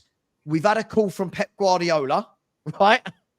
Man City want you. They're going to give you 400 grand a week. They're going to give us 85 million for you. We need to sell you. Suddenly, Bastoni and his agent are going to go, hang on, I'm going to go and work for Pep Guardiola and play for one of the best teams in the world. Yeah. Of course he is. Not Spurs. Why would Bastoni have joined Spurs? I still think Conte had the pulling power, and I think that if we would have slammed money on the table, it would have all gone down because Inter was in trouble at the time with the money. The owners were right up shit street. If you put the money down, you can sign anybody. Players are mercenaries. But when you've also got pulling power like Conte, I believe Conte could have pulled it in. Conte's got pulling power, but not at Tottenham Hotspur. There's a... Can I come in on this as well? Hang on, I'll bring you in a second, Ian. Dan, this is mad. Antonio Conte signed an 18-month contract as Spurs manager. What pulling power has he got when he's got a year left on his contract, right? At a club that don't win trophies, that don't pay back. But we weren't going to pay Bastoni's wages. Like, what part of you? That's not what I said. But it's Dan. That was the problem. No, but Dan, this is all part of it. Football fans that say just put down the money. That is not how transfers work. The Spurs, right? Sorry, this is frustrating me. If I want to sign Lubo, right? If I want to sign Lubo, he's my centre half. That's the guy I want. And Mr. Box Office is his agent. The first thing I would do before even going to you as a football club, the first thing I'm doing is ringing up Box Office and saying, Alex, your agent, Lubo, what's happening? One, not in this. One, is he happy where he is? Two, what's his salary? How long's he got left on his contract? What do you think it's going to take the club to sell him? Their agent's going to come back and go, no interest in leaving, right? The club would probably accept 85 million. He's on 200 grand a week and not moving for 300 if he's going to move. Doesn't want to come to London. No point putting a bid in. No point ringing the club. The club then will go, well, there's no point. We've spoken to the player's agent. He don't want to join. Fans think that you just go to the club and go, can we have your player for 80 million? No, there's more to it than that. Everybody knows that. But a lot of people then you're also saying know you just put pay the the money money. on the table. I personally think if we could have paid the money up front and put his wages down with the pulling power of Conte, and maybe Conte also said that he could have signed on longer. And if we weren't screwing up like we did, would he have stayed longer? Who knows? Maybe it's all buts and maybes. But you can't put a fact down on the table that we would have put the money down. We couldn't have got him. But yes, Dan, because it's not just about putting the money on the table. The player has to want to join the club. You are removing. And what are most players these days? Mercenaries. I told you this the other day when you told me PSG were a good team. They were nothing until they got money, and they got Neymar, for God's sake, when they got because they put the money down. Neymar wasn't playing for his boyhood team. For Bastoni to leave Inter Milan, where he's happy and winning trophies, you're making it sound very simple. Just put the money down. Oh, it's not as simple as that. I know that. But you said that. If you put the money down, you got a chance. No, and we don't do it. Dan, you're not getting the point. His agent would... Dan, his agent would have said he's not interested. So when you say put the money down, to who? Who are you putting the money down to? So if we would have put the exact money down and said we was willing to put his wages up, and Inter would have said to him, "Look, we need to take that money, mate. We need it." And then he talks to Conte. There was absolutely no chance it would happen. Yes, because the player said, "I don't want to leave Inter Milan and I don't want to go to London." Yes, of course. If the player has told his agent, "I do not want to leave," no football club in their right mind is going to go, "Hey, Inter Milan, it's Spurs. We want Bastoni." Over here, the agent's going to be ringing up Daniel Levy or whoever. Paratici. Hang on. The agent's going to be ringing up Paratici going, hang on, I spoke to you. He don't want to join you. Why are you trying to put in a bid with a club? That's how it works. It's not Football Manager. You don't just whack down 85 million and hope for the best. This is why when we talk about just get Bastoni or Lautaro Martinez, they have to want to join Tottenham. Yes, I get it. But this is just where me and you have a different opinion to football. I believe that's not an opinion. That's how it works at Premier League. This is how it works at elite level. And then I'm going to tell you something then. And you can pretty much put this down as a fact. I can't give an exact percentage, so I'll say 90% these days. This ain't the football of the 80s or the 90s. This is 2024. We are playing with mercenaries these days, are we not? We are playing with a majority of... That's why I just said. Then you're not listening. That's why I just said about 80%. A majority of players and managers, you put the money down and you're willing to pay high up front. The mercenaries will take it, in my opinion. And you're giving me your opinion. Dan, I think if we slam money down, we get more. But Dan, the difference between my opinion and your opinion is I'm being realistic about who you want the player to join, right? You're not. If Bastoni, let's be brutally honest, right now, sorry guys in the chat, I like this debate. If Bastoni became available right now, right? Right. So again, if Alex is Bastoni's agent and he goes, right, I'm not sharing Alex with Bastoni. You have to do you're his D-list client. Yeah, I've got to tell you, Sav, Scott M has told me I should get rid of Alex. How do you feel about that, Alex? That's hard. Why is everybody having to go into what's up anyway? Carry on the debate. Let's keep this debate going while it's hot, right? This is what it's about, proper football chats, right? But the difference is if I ring Alex and I go, is Bastoni available? And he says, do you know what? He's happy at Milan, but... Do you know what? He's thinking if the right team comes in, he could be up for it. Let me tell you how this would go down. He's going to get off the phone and go, I've just had Spurs. All right? Spurs want to buy you. Bastoni's going to straight away go, I mean, what have they done for the last 20 years? Right. Bastoni's going to turn around to his agent and go, who else can you get me? Who else can you get me? And the moment Bastoni's agent starts floating around the agent circles that Bastoni is available, take Tottenham Hotspur off the table, those other clubs blow us out the water with history, trophies, signing on fee, transfer fee, wages, this pipe dream that you just put the money down. Right. But there was no other club going is for him at the time. No one else went for him at the time. We had Conte. We was going for the Champions League as well. Now we have absolutely nothing to offer. Dan, I'm just a firm believer. No one went for him. How do you know no one went for him? How do you know anyone did? I didn't say they did. That's my point. But we can't say for sure anyone went for him because the agent would have squashed it.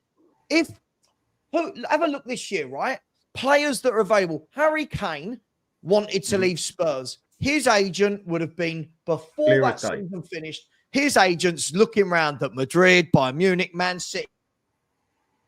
This is how it works. Harry's got twitchy feet. He's thinking about moving, right? You alert the big clubs. There's no way it would have been Spurs. What? I only want to go to Spurs. Bastoni's a top. Of course, it wouldn't be only want to go to Spurs. I never said that. I'm just a firm believer. If you put that money down, you can get anybody. Because the world these days, football, it's more mercenary than it is about who you love to play for and that. Show me who ask the other people. Ask the other three people on here then. Sure. Would you say football is more loyalty now, or would you say it's more mercenaries? Tell me when it's worked. Look at PSG with the majority of players they bought the first season. And PSG were nobody. PSG are bankrolled by a nation. PSG aren't offering salaries. PSG are offering people like 500 to $1 million a week. That's exactly. Yeah, but as soon as they had the money, they done it. That's what I'm telling you. People are mercenaries. There's a huge difference between that and Tottenham Hotspur. Come on, I'm just talking about money in general. You put the right money down, you double someone's wages. People are mercenary enough these days to accept that. So no one else would have put the money down for him and paid those wages other than Spurs. Did I say that? But you're saying you believe if we put the money down, we would have got him a player that didn't want to leave and a player that would have had all the top clubs in the world circling. If Bastoni goes on the market right now, if his agent comes out right now and says January transfer window, Bastoni's available, are you telling me all the big clubs aren't circling Bastoni? I would have thought so, but I don't know. So if you don't try it, how do you know? Then you've got to think of what clubs desperately need a player like that as well. Like you, every club needs every club needs centre. I wouldn't say no to him at my team, but then maybe other teams haven't got that money that they can spend it because they need to spend it more importantly elsewhere. We don't know. It's all ifs, buts, and maybes. But again, I'm just a firm believer that enough people are mercenary enough to get what you want. Everyone has a price. No. Okay, guys. The problem is our club doesn't have the ambition to sign anyone like Bastoni. I totally agree. That is what I'm getting at. Yeah, we just don't. Unfortunately, Dan, we don't have the manager, Paul Weaver. Even if we did, Dan, bigger clubs would want Bastoni than Tottenham. They would. Let's know where we are in the food chain. We never learn where we are. I would expect them to. So I think the other point is that, Jose went for Skriniar, didn't get him.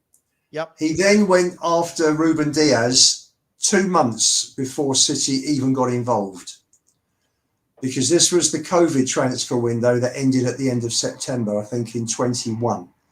I think it was, because the season ran late. The previous season went into June or July, I think, and then we had a break and we started in September. We could have got Diaz. The fee was given to us. Jose wanted him. Jose knew him from Portugal. Yeah. The Portuguese connection. Levy came in 10 million euros under was it Benfica, I think, with Diaz was that, wasn't it? Yeah. And he bid 10 million under. He didn't get him. Bastoni and Skriniar. Jose wanted. Skriniar's another one. Both of them wanted. Now, there aren't many Harry Kanes, Ledley Kings, Steven Gerrards, John Terrys left in football. Bastoni and Skriniar are two of that type of player who love the club, never wanted to leave. Both of them turned down Tottenham.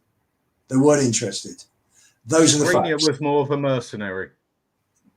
Whatever it was. Skriniar got offered a lovely contract by Inter. He got offered a contract by PSG. Technically, a club that has done a lot less than Inter, has got a lot less chance of winning the Champions League in a smaller league, except they doubled his wages. He went bye-bye Inter and went to PSG. There you go, mercenary money talks. What's the difference? What's the difference between PSG and Tottenham? I'm not disputing that. He's looking at PSG and going, okay, at the time they've got Messi, at the time they've got Neymar, at the time they've got Mbappe, at the time they've got top players. He's gonna look at Spurs. We've got to take this into account. Why would Bastoni have looked at Spurs and gone, who am I playing centre half with? I'm playing centre half with who? Ben Davies. Sorry, who's the wing back? Emerson Royale. These players aren't stupid. Their agents aren't stupid. I'm not disputing none of that. But the point you're not wanting to get is that the fact that players, again, I'll say it again, these days are mercenaries. If you can put the money down and you're willing to pay it, you can do it. Show me where it's worked without naming one of the oil money states. That's the ones it does work because they're the ones who flop the money down. The point that we had the other day is we could spend that money. We just don't. There lies. So can I just sum this up? This is crazy, but having followed Spurs for 50, 60 years now, when we were a big club, when we won trophies, we were bringing in players. We had Greaves coming from Milan. We had Martin Peters coming for 200 grand. We had Gaza come in. We had Ozzy and Ricky come across in '78. Tottenham were a big club. Since ENIC have come in at the start of the century, we are not a big club. We are not attractive to these players. We are way down the packing list. We will pick up a Basuma, a Madison. You know, the last time we bought a player from a top 6 club, I mean, if someone can, if I made a mistake on this, please put me right.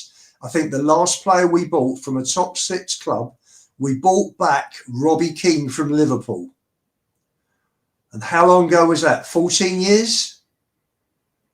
Harry Redknapp, did Harry bring him back? Yeah, I think it was Harry who brought him back. Yeah, because we sold him and then he brought him back when it didn't work at Liverpool. Yeah.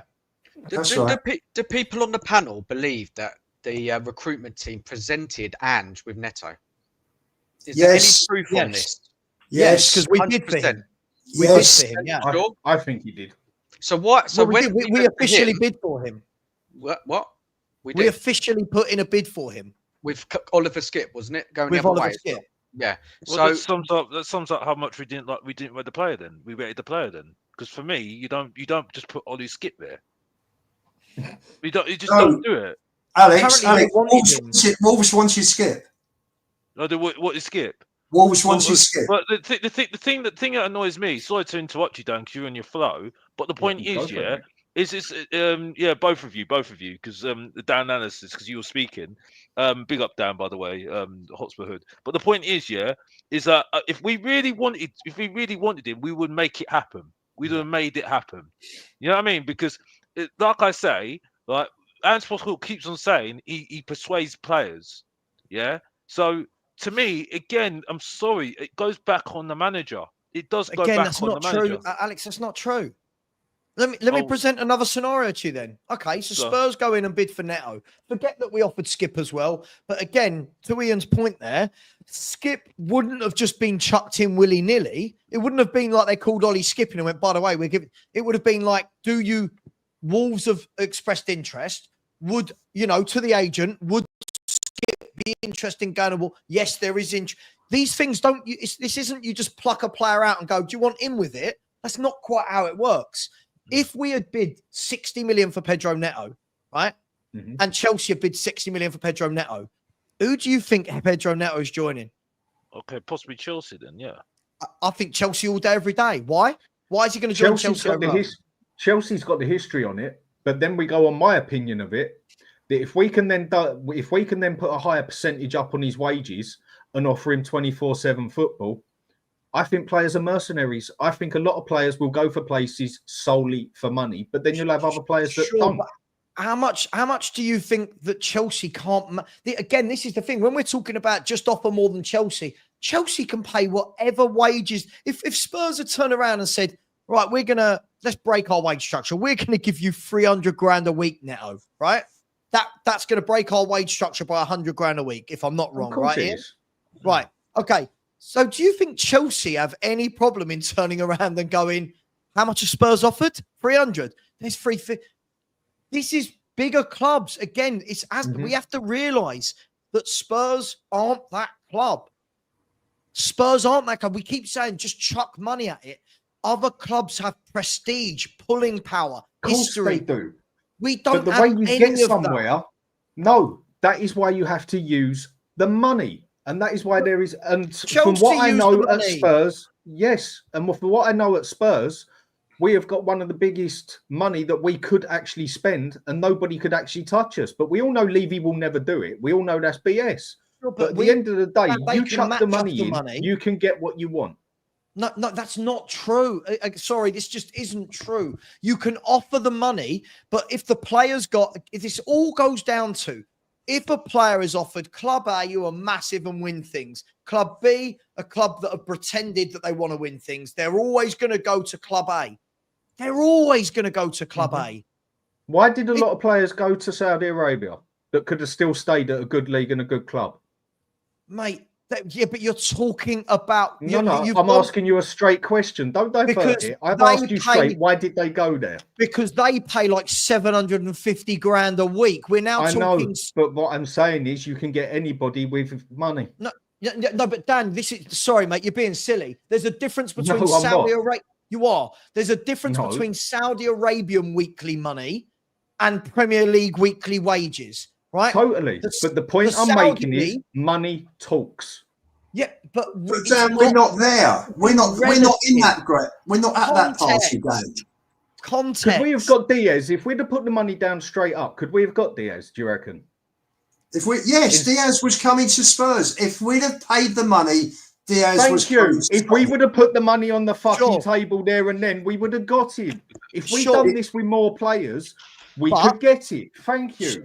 But first of all, Diaz at the time isn't playing for one of the top clubs in world football and isn't costing 70 million. There's a huge difference, right?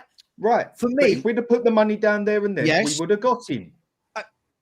However, there's nothing saying that if we put the money down and got him, that someone else doesn't come in at that time. We don't know those things. No, like Luis Diaz. Like Luis Diaz. We put the money down. Luis Diaz is in the building. Chelsea, last minute. Sorry, Chelsea want me. Liverpool. Liverpool. Chelsea was Willian, wasn't it? Yeah. Chelsea was Willian. That's what happened there. And Chelsea turned around and said, right, we'll give you an extra, 30-40% on your money. And he just turned round. Better wages, he went. All I'm trying to say to you is, with the money, you can pull anybody. Diaz, if we'd have put the money down, we could have got him. I think if we'd have paid the money there and then, we would have got Diaz. I want examples of when this has happened in the Premier League. Of what? Of people putting money down and getting players? I want examples of when a Premier League club has gone out and got a top player like a Bastoni, and they've turned down other smaller clubs because money was whacked down on it. Man City started off with everything doing that. Chelsea started it all. We all know how it's changed in that. But Man City, even before they won the league and that, they could still do it. Oil state money, Dan. You're not listening to what I'm saying. You're going back to oil state money. Give me an example of when a club like us, like a Newcastle, like an Aston Villa have gone out, got a top They player. can't do it. Newcastle can't do it. Technically, Newcastle could outspend anybody on this planet, but because their club makes no bloody money, they can't spend it because they haven't got it. Because of FFP. That's right. But Spurs can't they? Not if we do what you've said and just go pay whatever. Spurs do that with FFP. Could Spurs do it? Spurs have got. No, I don't think they couldn't do it. I must say, Dan, this is short-sighted. This is if Spurs turn around and go, Neto, we're going to give you 400 grand a week, which is more than Chelsea, and 60 million straight away. All of a sudden, do you know how much of that budget that eats into? No, I'm not saying you go 400 grand a week for God's sake. But hang on, I said to you, what if Chelsea offer 300 grand, and you said, well, just pay more. If we could, 300 grand. That's a lot of money there and then on the front. But if we put our money down of what we could spend, which legally, from what I know, we can spend more than most clubs out there, but we won't put the money down. We will not break our wage structure, and that is the problem. We're the third highest. What is it? Income in club sports. in the yeah. But we're also making a loss. They made an £80 million loss last, £86.8 million loss last year. Right, but Ian, It's what not I asked all you, black and white. It's not all black and white. Could we? I know it's not all black and white, but with certain players, if we'd have put more money down or more wages down and been willing to pay it there and then, we can do it. But we don't. Sure, but we've seen plenty of occasions when we're in the mix for these players. Look at Willian and Diaz, the perfect examples. Willian and Diaz at the time weren't the great big top signings, were they? They were players that were highly liked on the market coming in. They were in the building for Spurs. Sadio Mane is another one, right? Sadio Mane, Willian, Diaz, they're in the building. Liverpool and Chelsea go, we'll enter the race now. Spurs are nowhere. No, not with Sadio Mane. We could have had Mane. Mane was he was in the ground, wanted more money than Kane, who was the top wage earner. Spurs said no, off went Mane. Wijnaldum came in the same week. Fair enough. He didn't join. Zaha came in. He didn't join. Yeah, Zaha's not top, is he? Do you know what I mean? I'm talking but the point is, talk it with anybody, even a smaller player. If you pay those wages, you can get players. I'm not saying we could go out there and sign a Messi or something like that. But if you put down solid money and solid wages, you can get players. Want to come. It all comes down to if they want to come. And I'll say it again. Bastoni would have looked at Spurs and gone, why? It doesn't matter whether you think mercenaries, Bastoni's playing for one of the biggest clubs in the world, winning things, challenging in Champions League finals, winning part of one of the best defenses in the world. And we think he's going to look at Spurs and go, oh, they're going to pay me 300 grand around a week. I'll go to Spurs who don't win nothing ever. Never going to happen. No player is that. I personally think there's a lot of players that would. I think that's the way football is. Dan, ENIC have a business model that they thought could win at football. I totally agree with all that. I know how Spurs work. Does not work. It just doesn't work. So we're in a situation now where I think personally, not that as a shareholder, I look at the books, look at the figures. Spurs owe a lot of money. Last set of figures that came out, which was June 30 up to June 30, 23. So again, we're 17 months, nearly 17 months further down the road. But those are the last set of figures. The club owes £677 million. For what, Ian? For what? For the ground. So they're behind on the payment. Sorry? They're behind on they're the not payment. behind on the payment. No, they're not behind on the payments at all. What's this owe this then? I thought it's a payment plan. They owe money. If you owe, just talking about business generally, if you've got a range of banks that have lent big money, this is big money. This isn't you're lending $500,000 to someone. This is for a property. This is 670. It was probably about 800 at the time. So Spurs can't start running around spending $500 million and this and that, because the banks are going to look at that and think, hang on a second, are we going to get paid? This is unsustainable. If they suddenly start losing money and all their assets start getting written down on the balance sheets, we're going to have a problem, because the value of the club's dropping and dropping and dropping. People don't realise that. They just think, great, Spurs have got all this money, they can just go out and spend and buy whoever they want. Great. Number one, they can't. No, of course we can't. I know that. Right? And number two, ENIC absolutely spot on. The comment that was just there. ENIC are not interested in footballing success. They're there. They were quite open about it when they bought the club. It's a platform to make a profit. That's all it ever was for them. I know that. And Poch nearly off a miracle. But also, you if we'd have paid their money, we would have got them. If we would have paid their wages, we would have got them, and we could afford it. Some, but not. Yeah, I agree. I agree with some, but just not Bastoni. I think that's just a crazy example of a signing.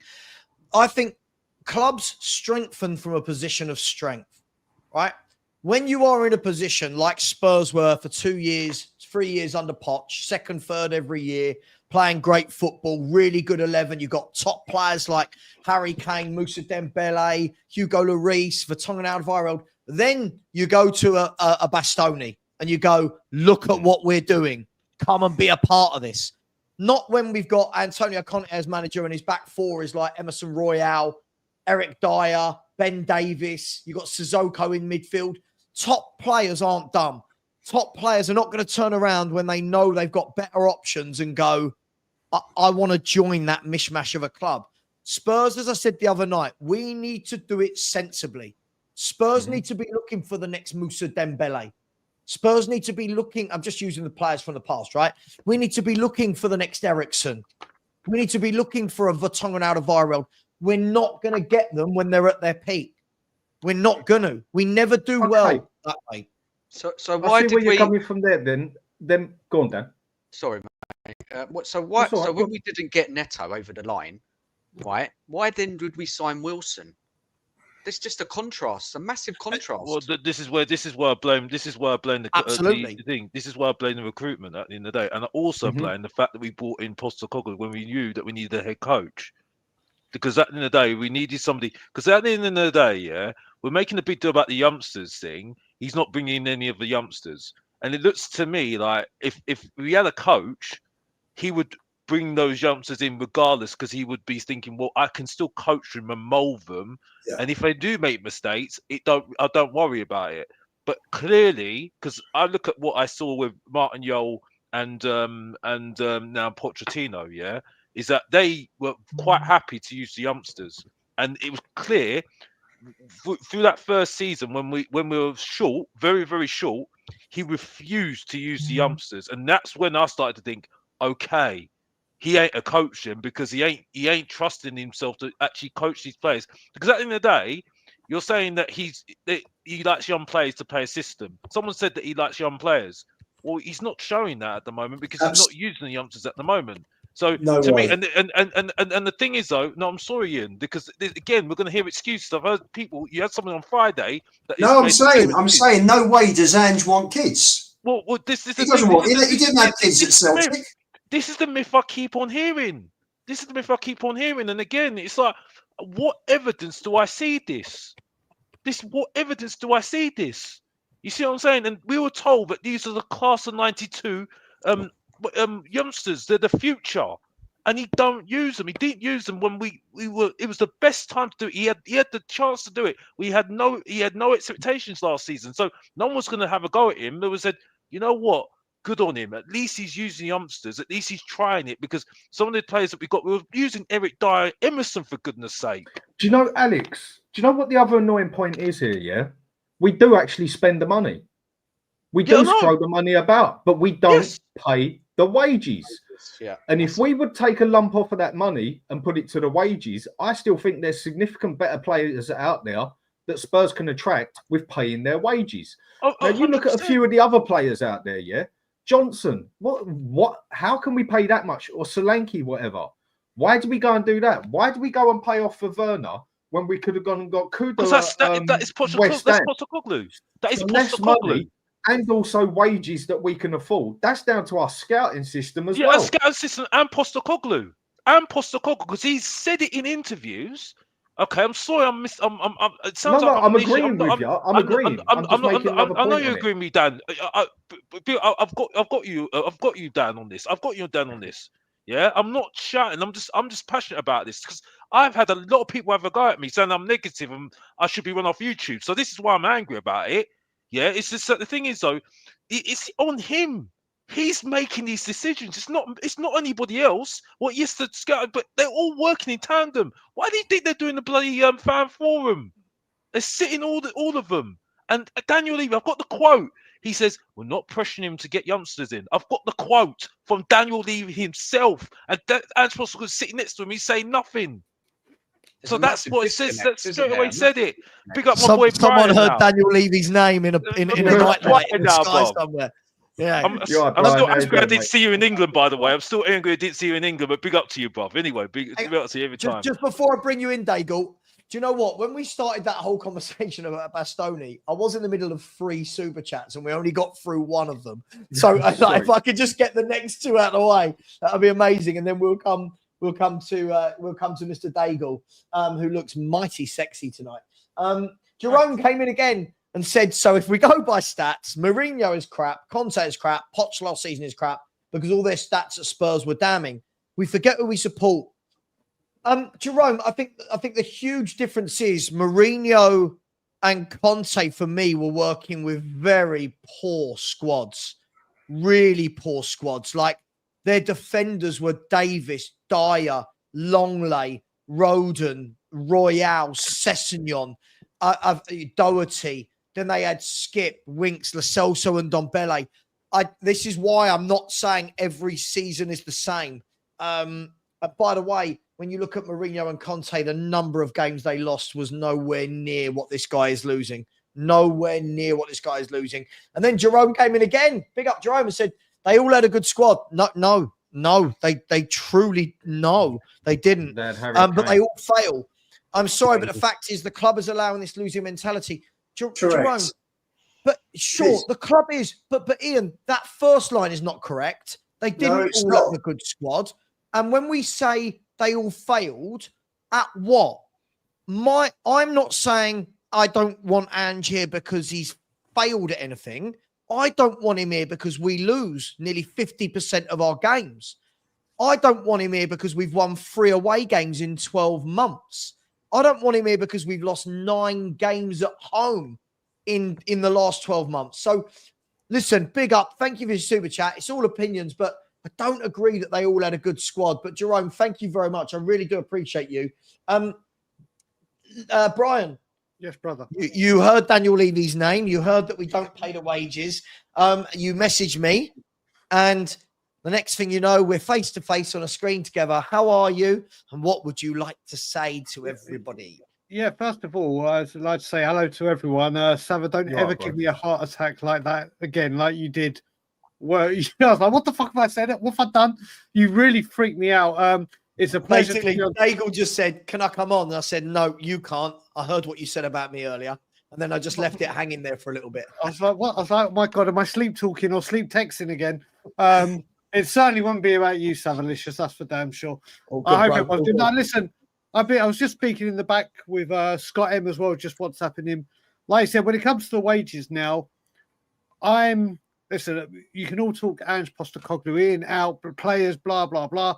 Alex, first of all, brother, I didn't get to see it. It was a flying visit, but I am back in April for 2.5 weeks, and I've got all the time in the world, so we'll put that right immediately.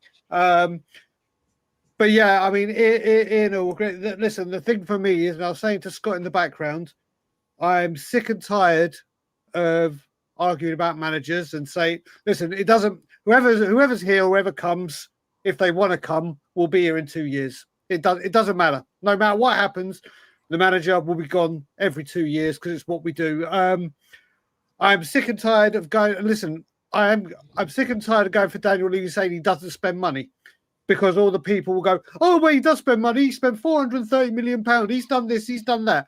It's quantity over quality again. Mm-hmm. Everything you go for Levy at, people always have an argument to twist it. The one area that you cannot twist it, there is no argument. People can't argue with it, sorry. And it needs to be the new focus point, is the wage bill.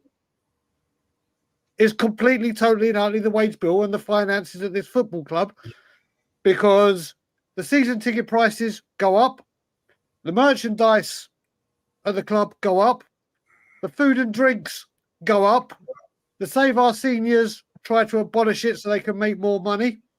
New sponsorship comes in, new partners, whether it's Korean furniture, ExpressVPN, Malaysian fragrances, whatever it may be. Everything goes up, but the most impact, as Gus just said, Levy's bonus will go up when it comes up this year. Mm-hmm. But the one thing, the most important thing at this football club is buying a high caliber of player to do the business on the pitch. This wage bill goes down. I do remember the great one at the top, the wise man, the leader, has said every single penny that this club generates goes back into making this club stronger. It doesn't. There is not one person that will try and defend Levy that has a leg to stand on when it comes to the wages and what is going on at this football club. Exactly. The film. Brian. And 1 second, Dan, let me just have this final bit. Better players and better paid players, because they're better players, will bring reward. And it doesn't mean just winning trophies. We have 5 to 6 players on 100k plus. Mm-hmm. 6. The Filth have 17. Yep. 17. And people think by coming in and saying, oh, we're like Paul O'Keefe said, this stadium was meant to be, we needed this stadium to bring us better players and pay the higher wages. It's done neither. It's done neither, but expand their property portfolio, brought in more money for them to pocket, yet flush the wage bill. So the only way, listen, if you go and try and attack Levy for spending money right now, and he doesn't spend, listen, he spent money on quantity, not quality, but he spent it. We have spent 430 million with this manager, which has been spent pretty badly. Pretty badly. He has spent. So if you go at people that back Levy and say, well, he's a cheapskate, he doesn't spend money, they'll come back and go, well, he has. This manager, you try any argument you try, there is an avenue, a loophole they'll find. You attack the wages, they ain't got a leg to stand on. That's where it is. I'm sick and tired of going back and forth and hearing, and this ain't against you people here, the whole of Spurs YouTube, the whole of Spurs social media want to talk about Ange in, Ange out, Levy in, Levy out. Players, these weak-minded players that, again, different players, but when the going gets tough, the weak go running. There's always a different way they'll find a loophole to argue. You cannot argue the wage bill. You cannot argue everything's gone up except the wage bill that goes down. And that. There you go, Brian. There you go. Sorry, just quickly. I was just heating some apple crumble and custard for anyone that was interested. Nice. My favourite. Yeah, lovely. And now it's far too hot. Look, this is what I've just found. Apologies for the pop-ups. Our total weekly payroll is what, 2 million? Average of scroll down, Sav. Will you scroll down? Huh? Oh, you're talking about payroll here. Yeah. Total annual payroll, 104.8 million. Jesus. And then when you look here, we go. Look at that. 1, 2, 3, 4, 5 players over 100 grand a week. And one of them is Timo Werner, who's on loan. Mm-hmm. Solanke, 90 grand a week. What we playing? Look, Rodrigo, 75. Brennan Johnson, 70. Basuma's on 55. Mickey's on 50. Look at all the players we just bought in. Odeberg, 25. Bergvall, 15. Because they get the big money. They'll get offered. If Romero, what's Romero on? 165. Okay, so but he knows he'll get. Well, look at those 5. Son, Madders, Timo. Look at it. Just look at it, and then you go and get the Filth up or Chelsea up, whatever, and they pay the money to get the big players in. Everything we get charged all the money, or people that pay it get charged all the money in the world, and it goes up. Oh, it's inflation, blah blah blah. Players' wages don't get reflected with inflation. In fact, they get flat. How does Timo Werner getting more money than Van der Ven when he's our best defender? Because it's cheaper to sign him on loan than spend money on a player. That's ridiculous. That's what Marlon was saying earlier, Alex. That's where I backed off. That is absolutely ridiculous. He's going to be off in next season then, because I'm sorry, that's wrong.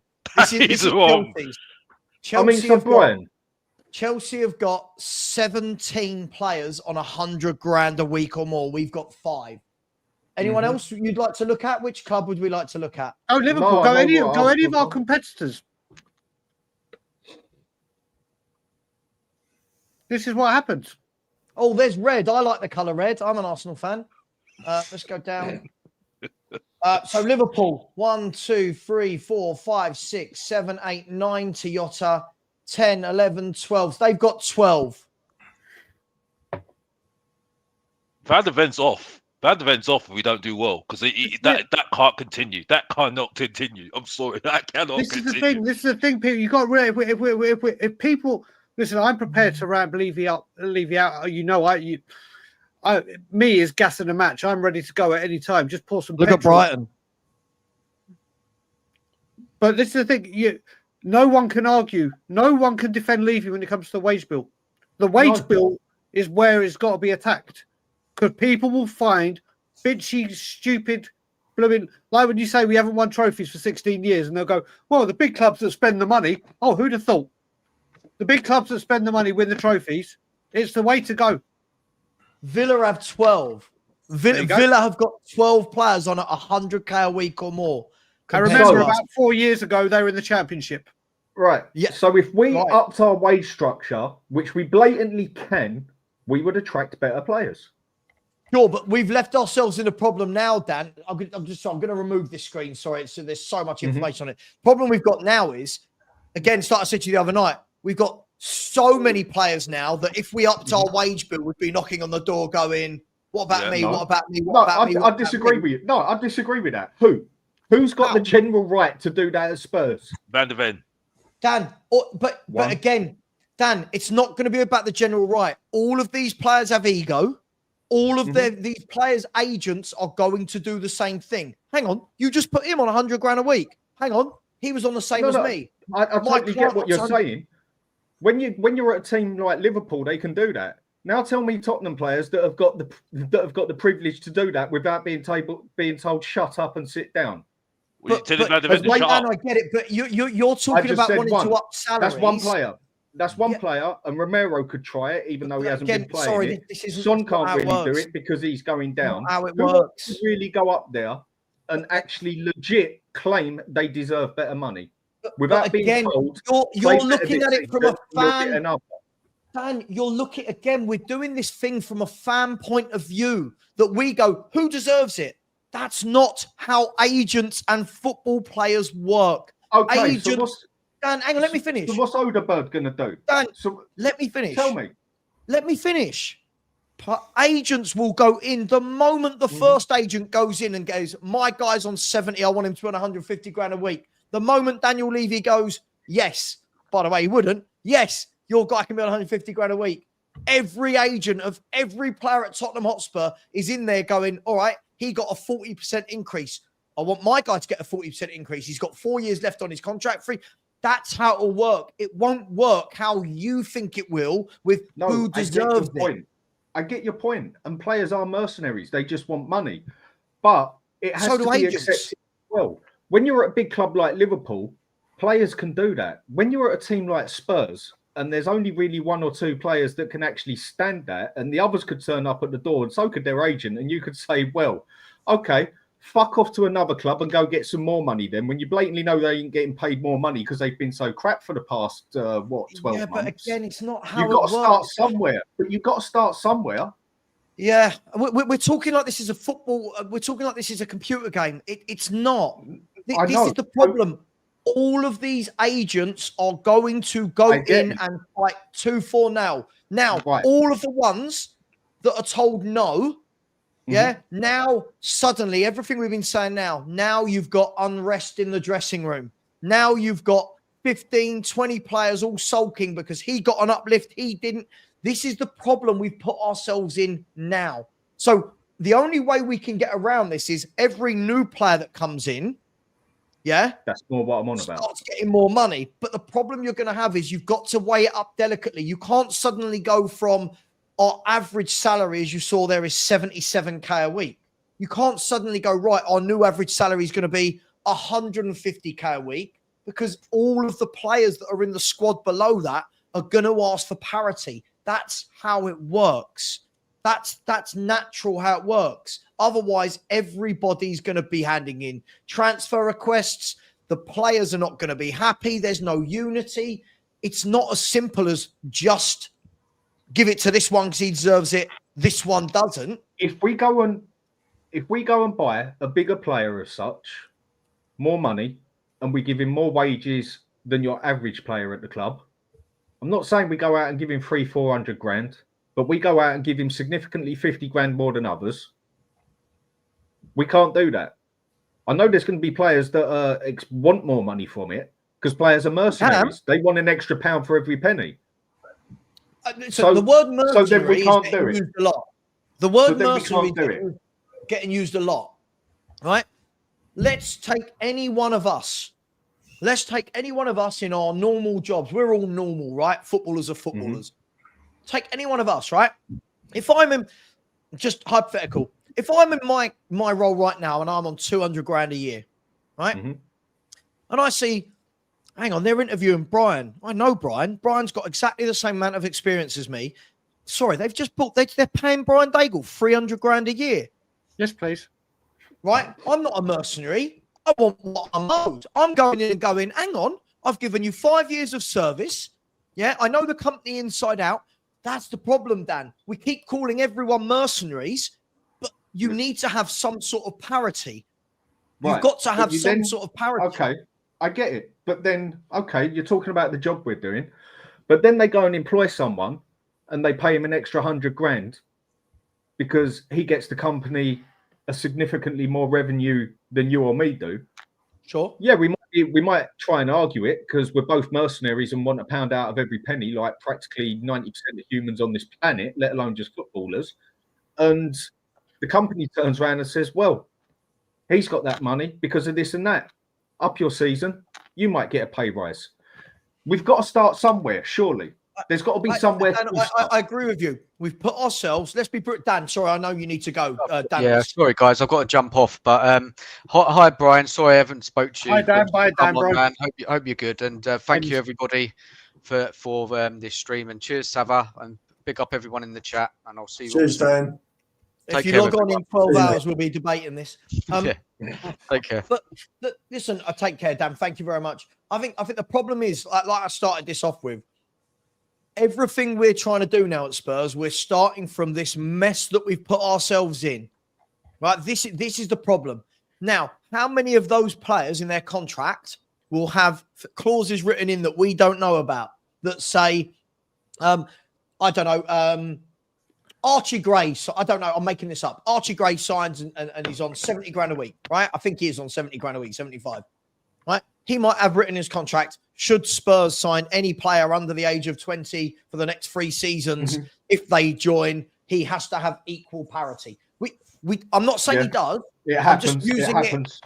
But it happens with all of them. Yeah. This is the problem, Dan. All of their agents now are crafty buggers. They've all got...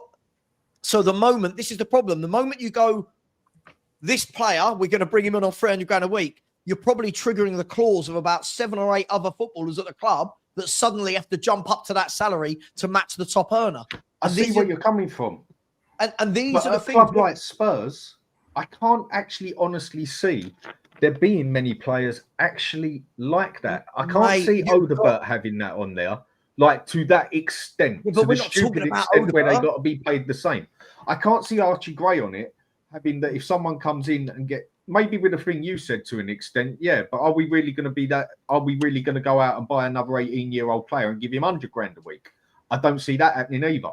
But with the players we have got, how many of them would, just out of question, get a significant pay rise? And Levy, being the tightest bastard on the planet, would have signed that in on their contract as well. This is what I'm asking. Did we do that with Dele Alli though? No, what we did with Dele, Alex, was it was smart, kind of like what we did with Destiny. Destiny was on a lower wage, and this one thing Spurs do well is they bring in youngsters of that age on a low wage, minus Archie Gray, who's on a whopping 75. And then if they take off like they did in the first part of that season, they whack them on a middle range contract. They say, right, we'll extend it for a couple of years.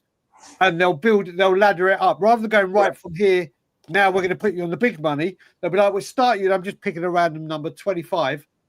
He has a good 6 months. Oh, you're looking the business. People are talking about you. Let's give you an extra year, but we'll give you 50. And then we gave him 3 contracts in about 18 months. Brian, do you remember all the pictures with Poch and the players? Yeah. Literally one after another. Exactly. That's what we did. That's what they did. They started them low and they increased every 6 months or 12 months. It was all bonus related, position related. If we get up to here, and that's how Spurs were working then with under Poch. And that was players were continually being rewarded for doing well. Exactly. That's why we didn't end up. Look, we need some big players to come in on big money. We need it. We need it. Personally, Alex, all right, look at this. This is it. It only takes 4 or 5 to ask for an extra 50k a week. Suddenly you're at 12 million extra a year. Yeah. Now that's just those players asking for more money. Now look at the players we want to bring on 200, 300k a week. If you bring a footballer into your club on 200k a week, that's 10 million a year. Let's say we bring in 4 of them. We just added 40 million to our wage bill, right? This is why Spurs have left themselves in a muddle, because to do that, we have to go from here to there. Then what will happen is we'll have so much wage bill going out that when we don't have more finances to go and buy players, we'll then complain that, hang on, who can we buy? And I'm not saying it's right, but we've left ourselves in this position. Yeah. Just upping all these players, 50, 60 grand here, 50 grand there. This adds up over the year massively. It does. Again, Savva, it's because we bought quantity over quality. Of course. I just don't understand why we didn't just put the youngsters in, to be honest with you. Just based on what everybody's saying at the moment, we can't go and get big players because we don't want to go high on wages. We just want to get middle of the road players and then put them on low wages, you know what I mean, and then see whether they can do better than what we're doing. So it just makes me even more question the fact that we got Ange in the first place. You should have got a coach in. We should have got a coach in. I agree. To coach these players and coach some of the youngsters we've got already, and then put it out and say, right, this is going to be a build, right? Because it's not a rebuild. Because we know we've been building since 2008, like everyone knows now. Yeah, is that we just need to. It's going to be a hard times right now, and we're just going to use the youngsters and we're just going to ride the road, and that's it, rather than saying we're going to do this, we're going to do that, we're going to do this, because it's clear to me that we're not, these players are not going to get us anywhere. You know what I mean?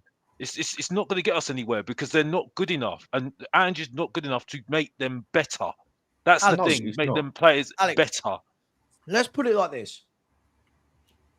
An Ndombele, Ian, we did this the other day, didn't we? An Ndombele, over the 5 years that he was at this club, cost near on £120 million in revenue. I'll tell you Pardon? I'll tell you what he cost. It was 10,400, 5 years. That's 52 million, 54 on the transfer. That's 106 million on Ndombele. Plus the 5 million to get rid of him, right? Yep. No, I think they let him. I think they paid up the contract. Okay, all right. So we're looking at that was the 5 million, Sav. Okay, so we're looking at £106 million on one player, right? Now by the way, guys, I want what you guys all want. I want to go out and buy 200 grand a week players and buy them all and win everything.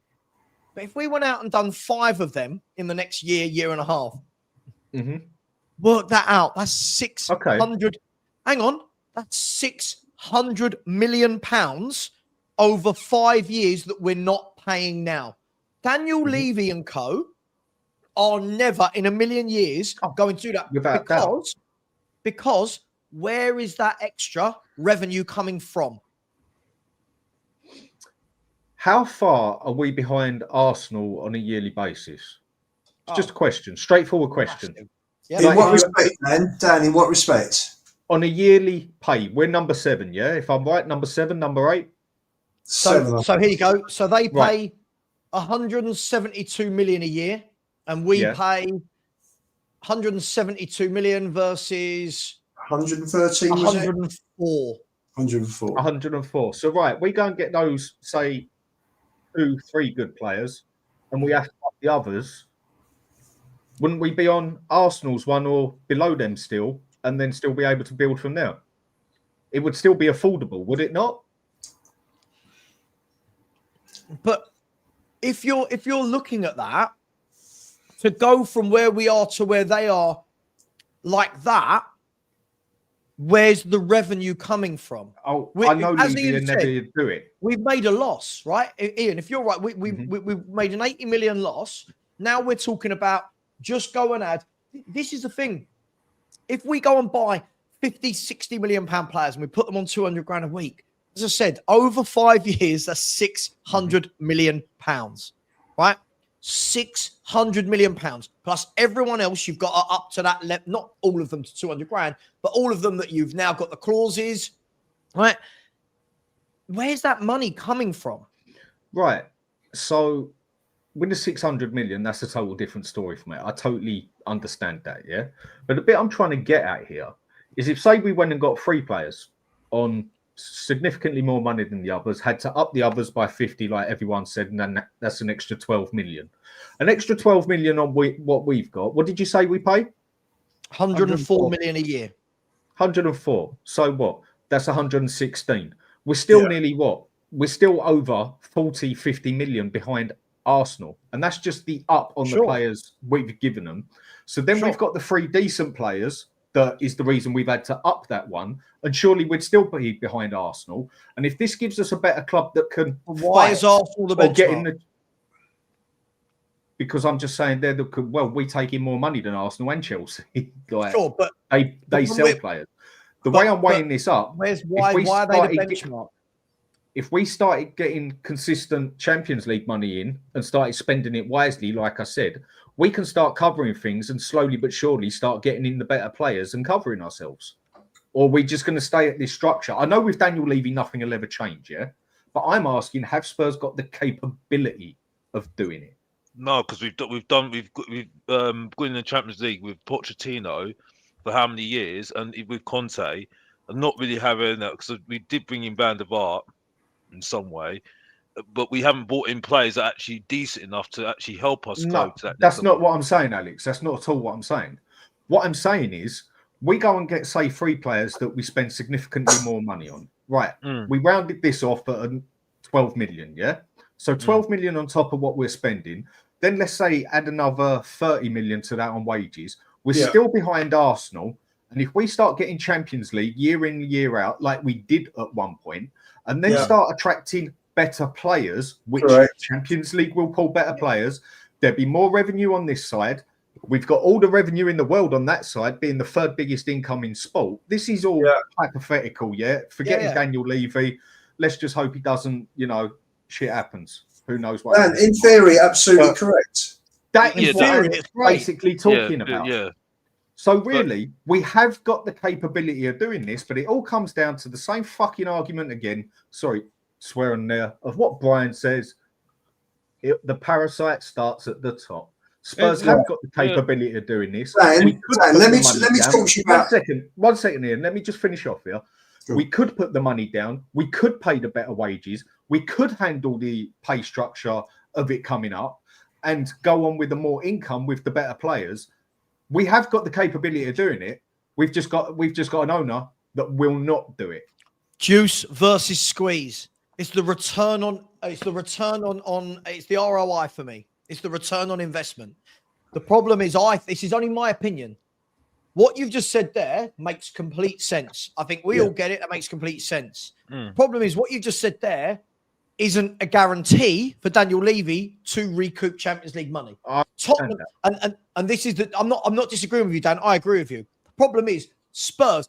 We could go out and buy 3 players that all go on 200 grand a week, and we all think these 3 players guarantee us top 4, guarantee us a good run in the Champions League, and now we've got Champions League revenue coming in. The problem you've got is now imagine you've done that, and we finish 5th. And now that Champions League revenue isn't rolling in. Now, all of a sudden, Spurs are in a situation again where we're scrambling around and going, where do we save money? Who do we sell to offset the money that we're not getting from the Champions League? And this, for me, is why I believe, I'm not saying it's right, but this is why I don't believe Daniel Levy and Enoch, they're not going to take that risk versus the reward. Now, if you look at Chelsea have absolutely taken that risk, hoping that they get the reward. Now, their new owners came in, 2 seasons ago? Yeah. Haven't got Champions League football, still spend on the massive salaries because they believe that their project will come true in the end and then they will keep getting Champions League football. Our owners, do they need to do that with the money they're making themselves from the stadium and everything without us getting champions, without us they won't do it. They won't do it. I know that, but we could do it. What you've just described, Sav, is what happened in the last season. We finished fifth. Think about how much money we have spent since Paratici came in and bought Romero for 42 million. We've spent 600 million. Yeah. We spent an absolute fortune on about 30, something like 22, 23, 24 players. Mm-hmm. So they've spent the money. It's just been some have been good and some have been crap. And it's not been what we've good just enough. seen, Ian. So what we've just seen this summer, and again, I'll tell you what, this is where I'm always prepared, guys. You know me and my things that are in my. So what we've just seen this summer here, we'd be seeing this the moment we don't make Champions League. We'd be seeing this the moment we don't make Champions League. It would be, oh my God, we need to let go of some of the squad players on 100 grand, and we need to replace them with loads of kids on 30 grand. And that's what we'd start to see. But what he's done, Sav, what he's done, and O'Keefe got it spot on when he said at the beginning of the transfer window, it's all about reducing the wage bill because they want to get the books looking as good as possible because they're after outside investment. Yeah, but there's your answer to the transfer window this summer. Ian, you know what's going to happen with this. You and I know this well and truly, as with probably everyone here. He's done this, so he will get investment. Yeah. The bids will come in, but he won't agree with the bids. He'll be like, no, I'm changing it to this, I'm changing it to that. We're always interested. There's always prospective buyers, but every single time serious people come to put money on the table, he wants more. So it looks well and good. Oh, all these people are going to come in and want to invest. He won't say it. If someone comes in, let's just say Liberty, or Amanda Staveley, and they say, I'm just picking random numbers here, 600 million for 7%. I'm just picking random numbers. It doesn't equate. If they come in and say, all right, 600 million, 7%, he'll go, yeah, now it's 750.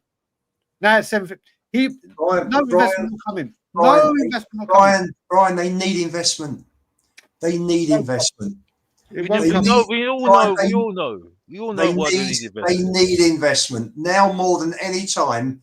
I think they will bring in outside investment. We know. Now more than any time, we're not going to be going and getting those 4 players on 200 grand a week. Ian, we all know why. This is why you attack. This is why, like I said, Savva, when you went to make your delicious apple pie and crumble, which is making me hungry.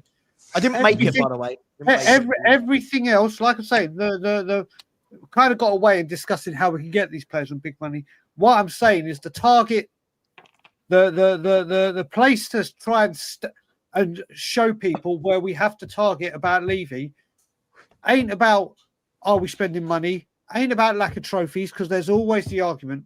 The argument is, why is everything for the supporter going up? Why is everything like the news partnerships coming in more money? Everything's going up, except the one thing that you said goes back into the football team, and the most important thing, building a better squad for the manager. And that one area that should be the most important is going down. No one can argue it. Yes, you can say, well, if we put people on the money, but there's no argument. Can I ask you a question? Can I ask you a question? I want to play a little game, right? So we know Spurs have got 5 players on over 100 grand a week. 4 of them are ours, and the other one is Timo Werner. Yeah, Brian's favourite player. Right? Oh, I love him. Now, love him. Newcastle United How many of Newcastle? Now, bearing in mind, we all go, "Oh, they're billionaire owners." They can't really spend a lot, right? FFP.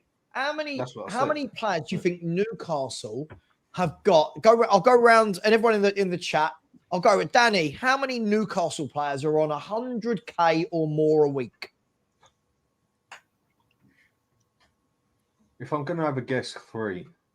You're probably going to say 3, none, yeah? but I'm going to say guess 3. Okay, 3. I'm thinking of all their right, income. Alex? 3. No, I'll say 4. 3. 4. 3, 4. Ian? Isaac and Grimaris. That's it. That's exactly 2. what I was going to say. All right. Exactly what I was going to say. 2. God, you lot don't know your foot. No, I'm joking. 8. Wow. Okay. Newcastle United have 8 players. Now, when I tell you, listen to some of these players that are on over 100 grand a week. This blows. Bearing in mind, Mickey van der Ven's on 50, right? Trippier. Bruno Guimaraes is on 160. That's obvious. Anthony Gordon, 150. Joel Linton is on 150. Lloyd Kelly is on 150. Right? Kieran Trippier is on 120. Sandro Tonali's on 120.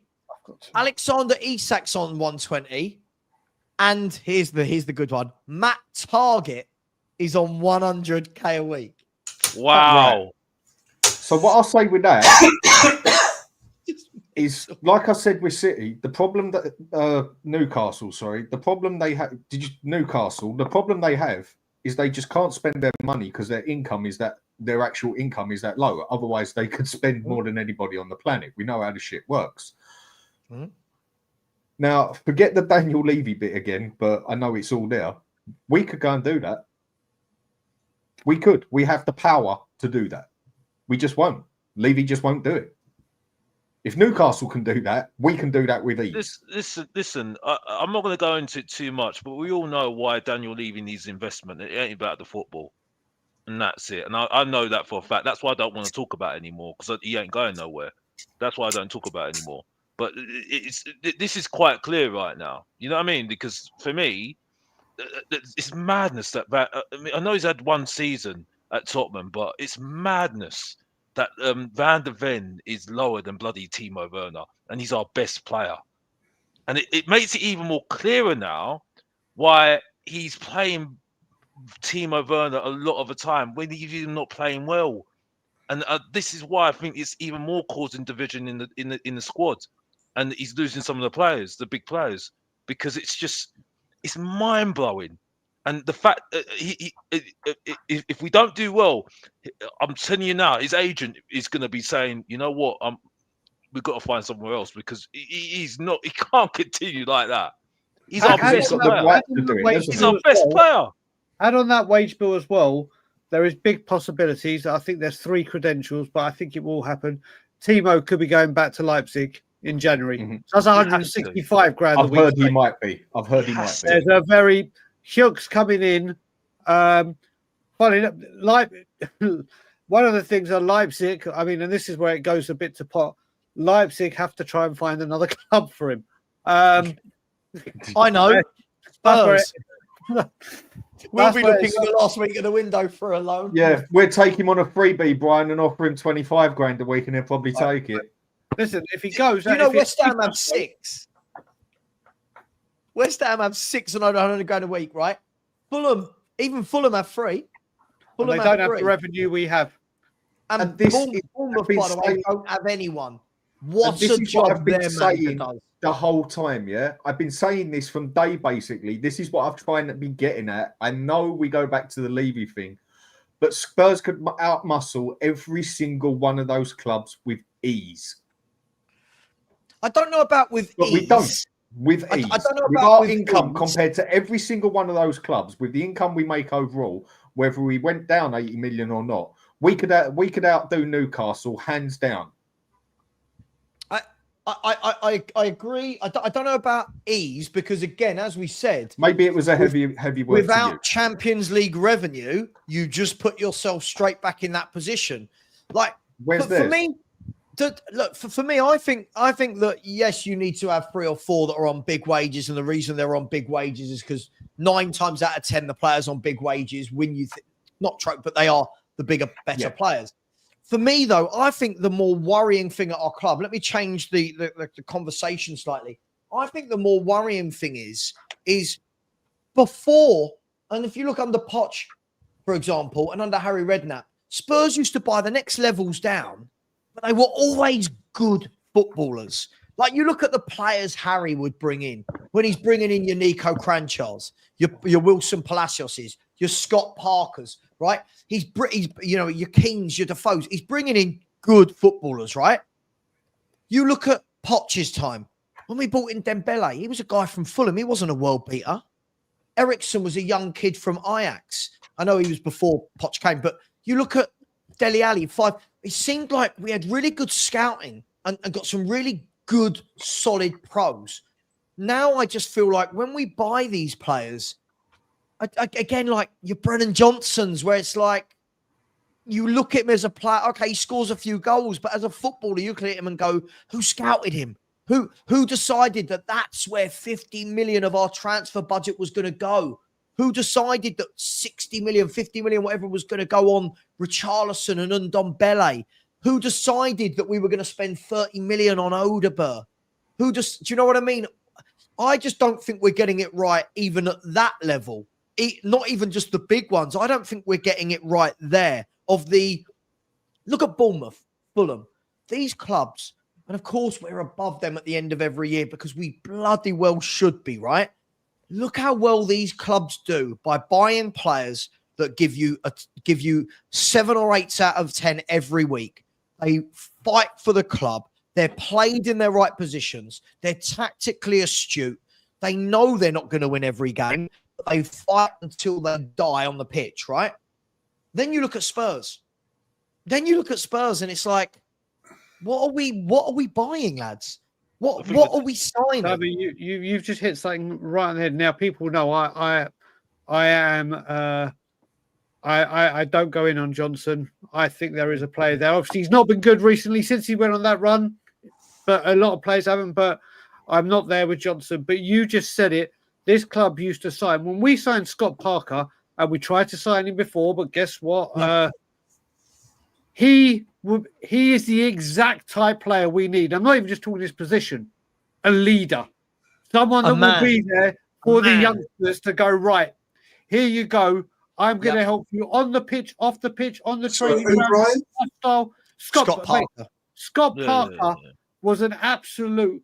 When he came in, you could see the impact. I mean, none more so like the other one you mentioned in Wilson Palacios, who for me... and I've said this many a time on streams, is the very reason we got Champions League football there. Not the Peter Crouch header. That signing is what did it.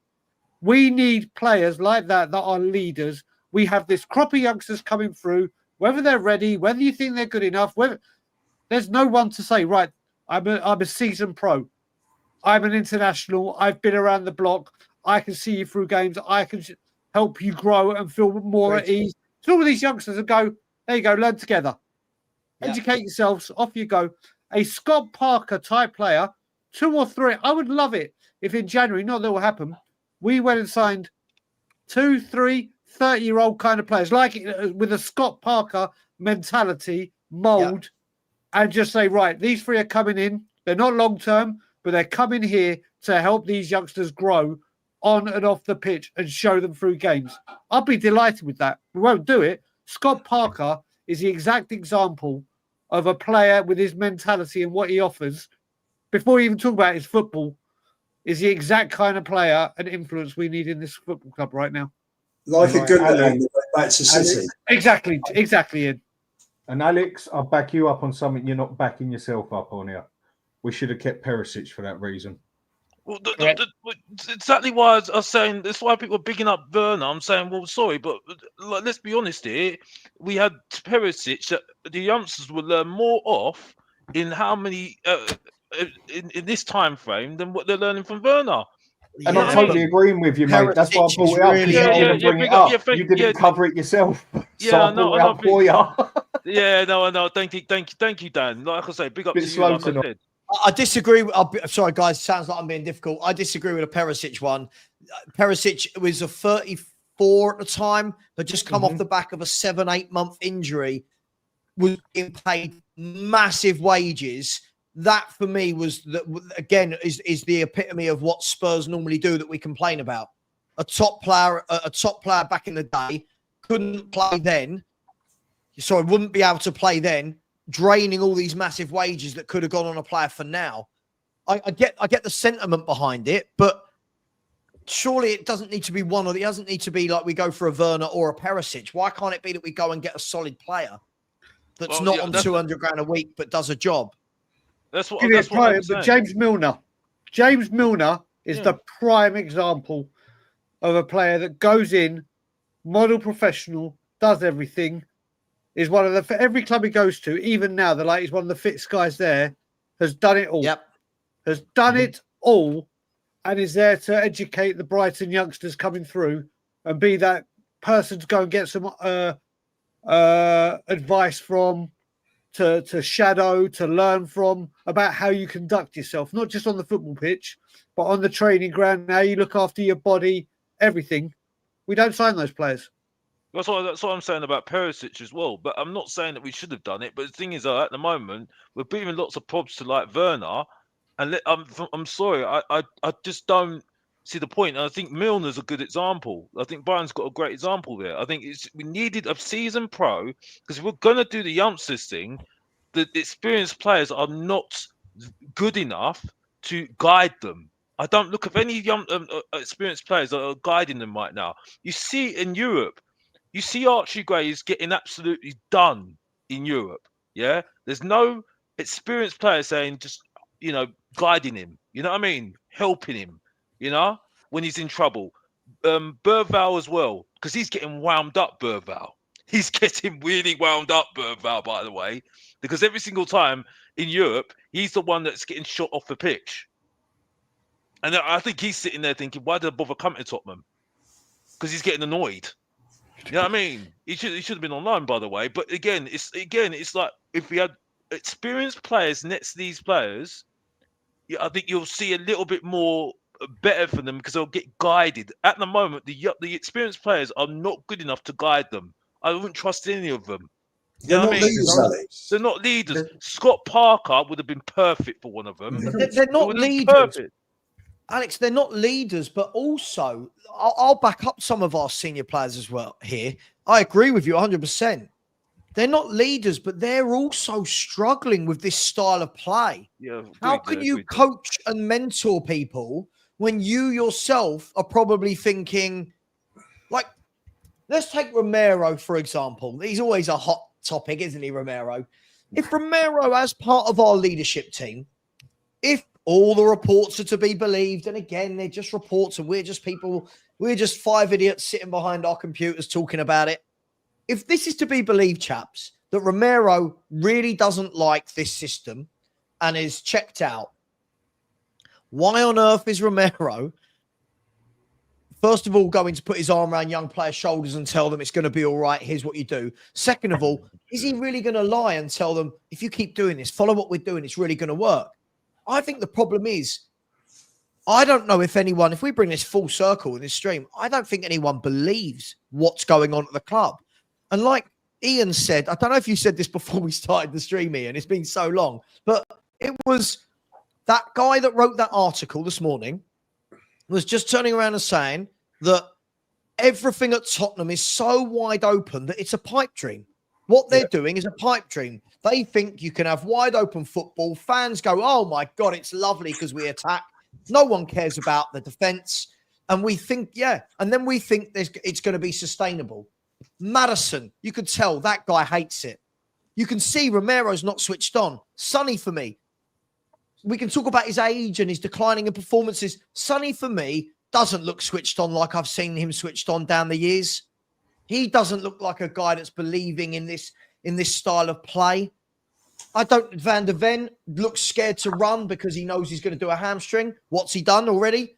3 times he's done his hamstring since he's been at Tottenham. 3. Twice this year. Season, isn't it? Once last year. Porro, Adogi, they must be thinking, we're not fullbacks.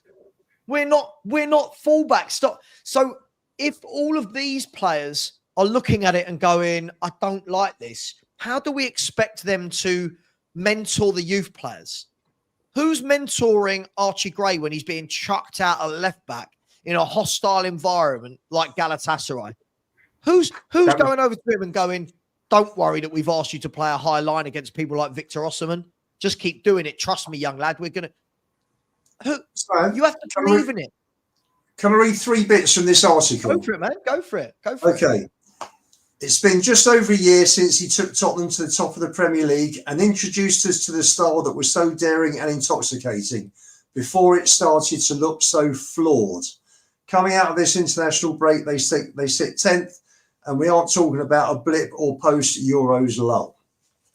If we were to study the past 38 league games, only 4 clubs among the 17 who retain their place in the division have lost more than the 16 given up by Postecoglou's Tottenham. And the 56 points in that span is good for 10th. He then goes on. Eventually, it won't be enough to merely offer more entertainment than Antonio Conte's side, and we may be there already. To quote the rather irate fan who called into Talk Sport last weekend, Postecoglou couldn't motivate a tin of tuna. And then he then goes on. They are a side to be enjoyed, but not trusted. A side who go on a lovely stroll upfield, but are forever leaving the house unlocked. A side who routinely give up the first goal in games.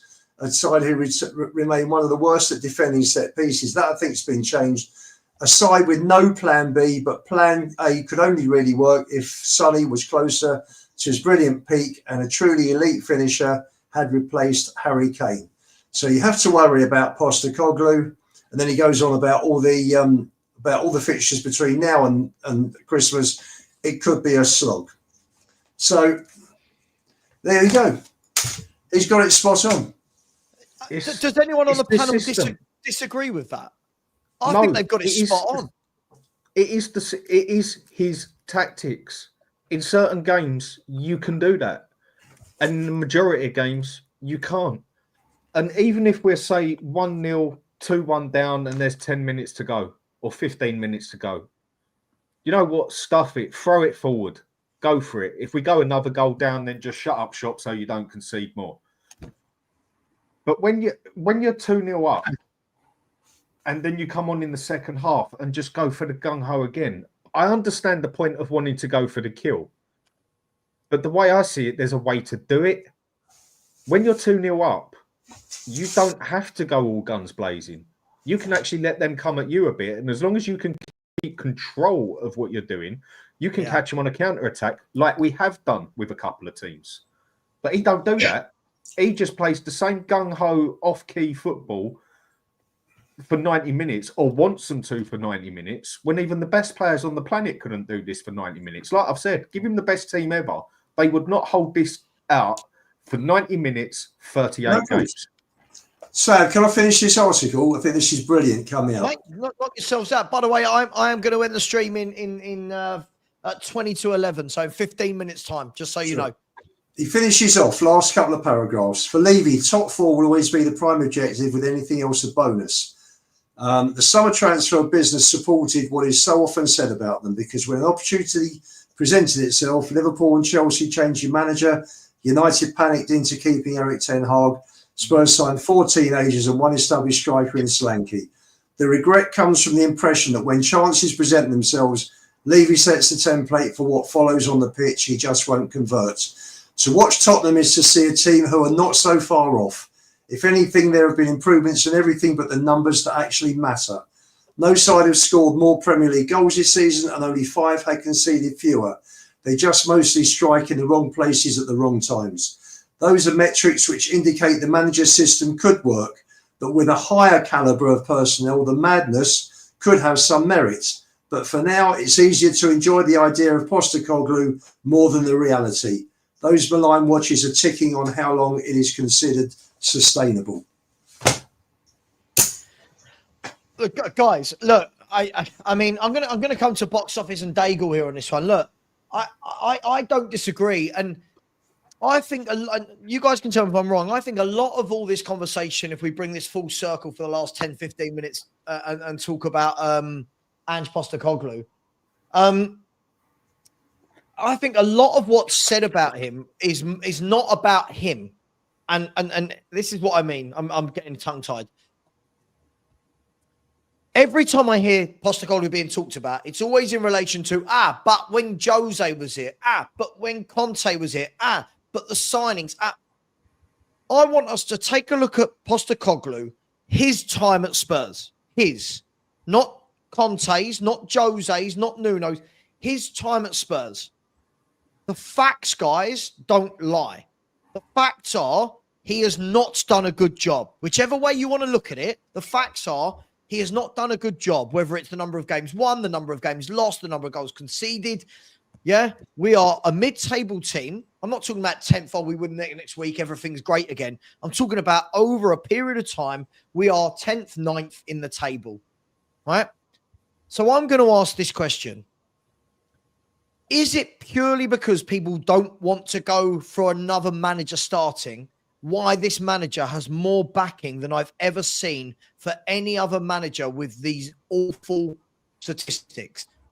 Or is there something that I, as a fan, I'm going to group Danny in with me here, that Danny, as a fan, what are we missing? What are we missing that makes us go, right, Dan, Savva, shut up, and in 6 months you're going to see boom, boom, boom. What are we missing? Brian, do you want to say? You go first, Alex. You go first, buddy. You go first. Listen, I think I made it quite clear that I think it's all on Ange. I think I made it quite clear it's all on Ange because I've said from the very get-go I need to see him at Tottenham, and the way he's acted and the way what he said and the actions that he's made is all on him. And I said, but I need to see whether they're going to be all together in the next year or so. I see a lot of them being more together than ever, as far as I'm concerned. I see him actually working with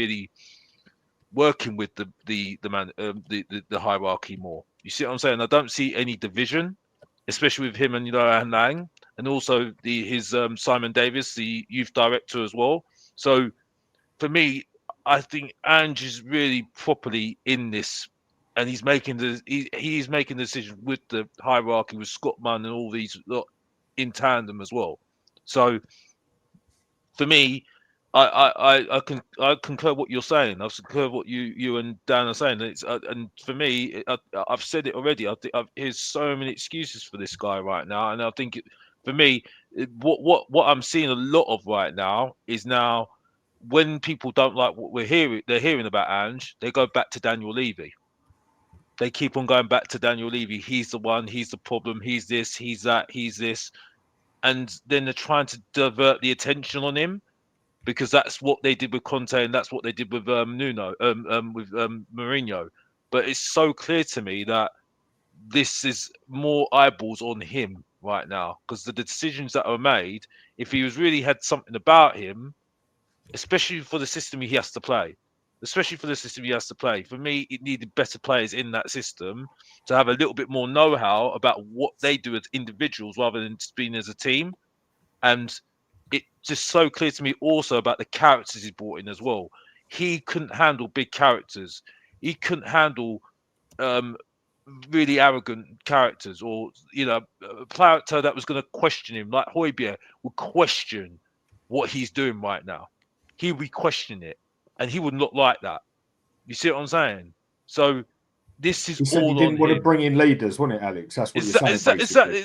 How can you say you don't want to bring in leaders? It's mind-boggling. It's with mind-boggling. what Alex just said. Alex just hit the nail on the head with what he's saying, Yeah. as far as I'm concerned. Sorry to interrupt you, mate. I was just You're right. You're right. It's because the thing is, I will give it to you as well, Dan. You've been saying as well that if he really had the know-how, he would change his philosophy, change the way he wants to play to suit the players that he's got. And it's not a surprise to me now that players are fed up right now. You see what I'm saying? And I think you make a very good point, Savva, that why would a top player be guiding some of these youngsters when they don't believe in the system they're doing at the moment? So it's just, again, it's just mind blowing to me. But I want to leave it to Brian, because I've spoken a little bit too much now. So yeah. Yeah, I mean, listen, when it comes to Ange, people will know my views. People know just as much as I've always stated how Levy out I am. I have always said I will never turn my back on a manager, and I stand by my words when it comes to things like this. But I understand where everything's coming from now. You can see, look, Savva, you bring up those tables. We all say at the end of the season, the table don't lie. You are where you are. And there needs to be some changes quick. I want him to succeed. I want him to be that manager that wins a trophy. Personally, my own opinion, I think he's gone by the end of January. Because of the way I as much as I want him to stay, listen, I blame a lot of things. Listen, I blame my manager for results. I'm not stupid. Do I think he can do something? Yes. But the things he says, I don't completely agree with. I'm sick and tired as well, and it's a different crop of players, but you can clearly see, like you were saying again, so when you're talking about the leaders in the leadership group, I don't even call it a leadership group. I call it the experience group. Leaders. Yeah. Not a single one of them. If you go back in the day and look at the great Tottenham Hotspur teams, captains and players there that have an influence, these guys couldn't lace their boots. They could not lace their boots. I go back to, you look at it, so I'll give you the prime example with the players. Let's go back to the 91 FA Cup winning team. Yep. Eric Torsfet, leader. Yep. Brandon Howell, leader that will kick your head in if you put a foot wrong, and Ian will vouch for it. He's a psycho. Gary Mabbott, the late great Justin Edinburgh, Paul Allen, one of the most underrated players of all time, Paul Stewart, Paul Gascoigne, Steve Sedgley, Gary Lineker. They are all leaders. They are all leaders. And when the going got tough, the tough got going. We all know that 90s team was shit compared to what we've seen recently. But one thing you never, ever, ever doubted with the 90s team is they gave 110% on the pitch. Always. So with that in mind then, Brian. Yep. With that in mind, and I'm not, by the way, I'm not here to make you change your mind on Postecoglou. Everyone can think what they want.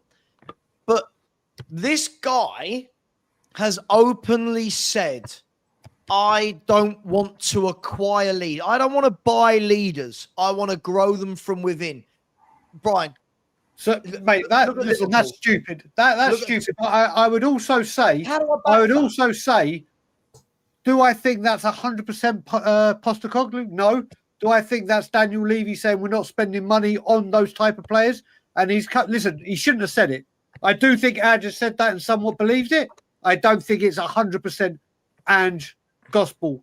But where I was getting with it as well is you look at this as it goes on, and I heard people talking Iriola, whatever. I wanted Thomas Frank before Ange Postecoglou was even mentioned. If he went, I'd want him again. You look at it right now, and I'm being deadly serious here.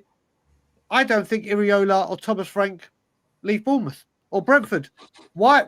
They're there with fans that adore them, players that love them, chairman that back them, and say, right, you have these targets, and if you don't, we'll help you next season to get where you are. Why is a manager, really, in all honesty, why is a manager going to say, do you know what, I'm going to come to Tottenham? I'm going to come to Tottenham. I'm not going to get backed in 2 years. But I don't, honestly, if we get rid of him, I'll tell you how, this is how I think it's going to go. We sack Ange at some point. No, I don't want to. So before they get, the way I see this season going with my Levy-nomics head on, we sack him because results, and look at the fixtures that are coming. There are some tough fixtures. Mm-hmm. There are some real tough fixtures coming up. We sack him. We can't get hold of a manager. We hire Mason till the end of the season because we're going to review our options. It couldn't do worse. We will then not spend money. I agree. We will then not spend money in January because we don't know which manager's going to come. And then everyone that wanted Ange out, and like I said, people want Ange out. That's their choice. I respect your opinion. I can understand why with the stats that you've got and everything coming. But then as soon as we get him out, whoever comes in next will go, oh my God, why we've hired this piece of shit. Oh my God, what we're going to... And the whole thing, no matter who comes... If it's Southgate, I will be on a plane home. And I will be buying I'll be buying a Spur way. Whoever comes in will pitch. I bet you he would have done better with his squad. I don't want him. I don't want him. You just took the words out of my mouth. I just truly believe that this is what makes me laugh, though, bro. What I can never Savva, understand. this squad suits Southgate tactics, doesn't it? More than it does Ange. It's the number of people that say, I don't want Ange out. I acknowledge why other people do. The performances aren't great at the table. So what is it that why do people want to keep him then if they acknowledge that the form is crap? Has he lost the players, Brian? Has he lost them for you? Listen, from what I'm hearing, there are players that are very, very unhappy. And it's not the players that were mentioned from the Footy Insider. Is there unrest at Tottenham right now? Yes, I believe there is. From top to bottom. Why? From the players' point of view, forget the board, forget the fans. From the players' perspective, why do you think there's unrest in that changing room? Mate, listen, when it comes to this football club, and we've had it with previous managers. Listen, no. Listen. Our players, and I'm going to use the WWE term that The Rock started using during wrestling. We have a bunch of crybaby bitches at this football club. They're literally, when the going gets tough, oh, he stole my dinner money. Oh, I'm going to chop my... Listen, the players... no, Savva, let me finish. Let me finish. These players, we always do it. Ange Postecoglou has to take responsibility. Has to. But I keep saying this. I am sick and tired of this. Not the fact. I'm sick and tired of Tottenham Hotspur hiring and firing a manager every 2 years. And then we hire... Oh, God, you've got a new one in. And then literally what we do is we hire an attacking manager. And then what we'll do next, we'll hire a defensive manager. Then we've got too many attacking players. And we'll have to play these players out of... It goes back and forth. And I'm done with it. But this is the difference. Why, when we're hiring managers, do we have to label one defensive, one attacking? Why can't we get a pragmatic manager that understands both sides of the game? And the thing is, I'll say about your point there, Brian, we don't normally disagree, but where we're going to disagree here, we can say, oh, our players are crybabies. Sure. But we've got a manager that doesn't make us hard to beat. We've got a manager that doesn't set us up to be solid. We've got a manager that tells the press before games, we want to keep this game open. If I'm a player, what mentality am I hearing from my manager? My manager's going, we want two at the back, just keep bombing forward, it's who we are, right? Brian, last year, the game that kicked all this off, right? Chelsea, 9 men. We put them all on the halfway line. That's the moment I went, it wasn't that we lost to Chelsea. Chelsea, we can lose to Chelsea. We've lost to Chelsea before. It was that I turned around and I heard him saying afterwards, that's who we are, mate. Even with 9 men, we'll keep going. And I was like, whoa. Hang on. Most teams with 9 men go, you know what? Chelsea aren't very good. At the time, they weren't. Chelsea aren't very good. We're going to shut up shop and make them beat us. Yep. We're going to make them break us down. What we said was, go on, have as many attempts have as many attacks as you like. If that's my manager, I'm sitting there and thinking to myself, right, I'm hoping this is a one-off. Then I'm seeing it from then all the way to the end of the season, now into this year. Now my manager comes out and says, we don't want leaders. Right, okay, well, why don't we want leaders? I want leadership. I want right?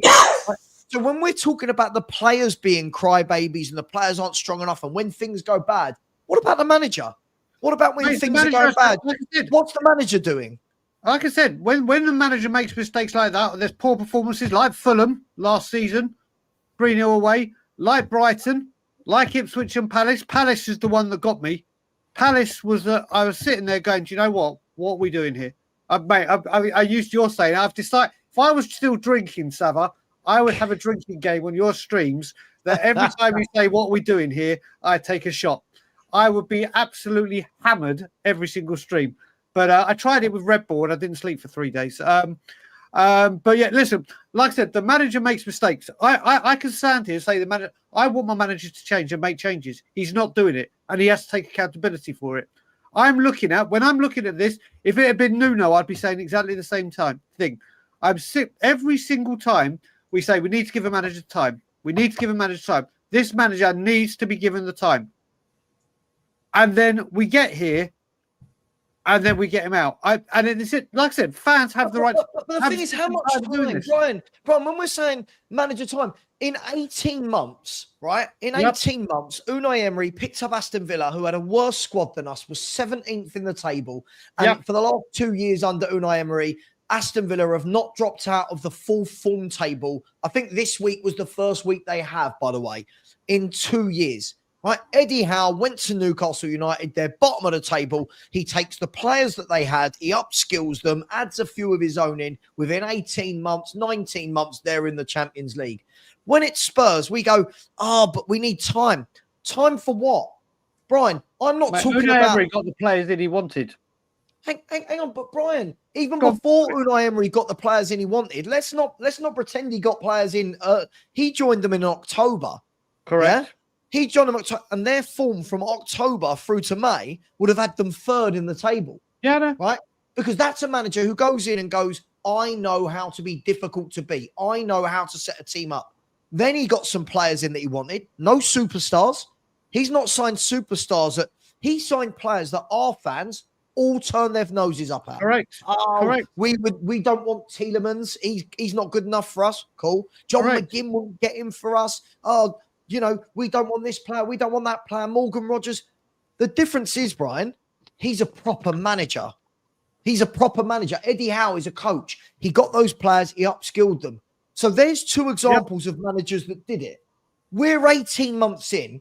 We're watching us go that way, not that way. And we're all going, but we need to see how it pans out with a manager. We need to give him time. Time for what? I'll ask you this. Name me one thing that's better than this time last year at this football club. Listen, like I said, Savva, you see what I think people are missing why I'm like this. It's not because what he's doing. It's just because I'm sick and tired of this club doing the same thing over and over again and then repeating itself. The amount of money we are paying currently, ex-managers that didn't work because we fired them after 2 years. Like I said, everything you're throwing at me, I can agree with it.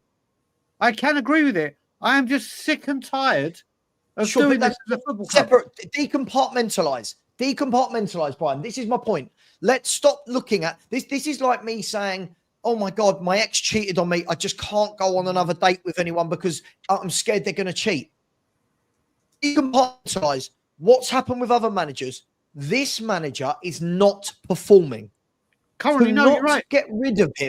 To not get rid of him because we're sick of the merry-go-round. So what do? Just keep a manager that's going like that.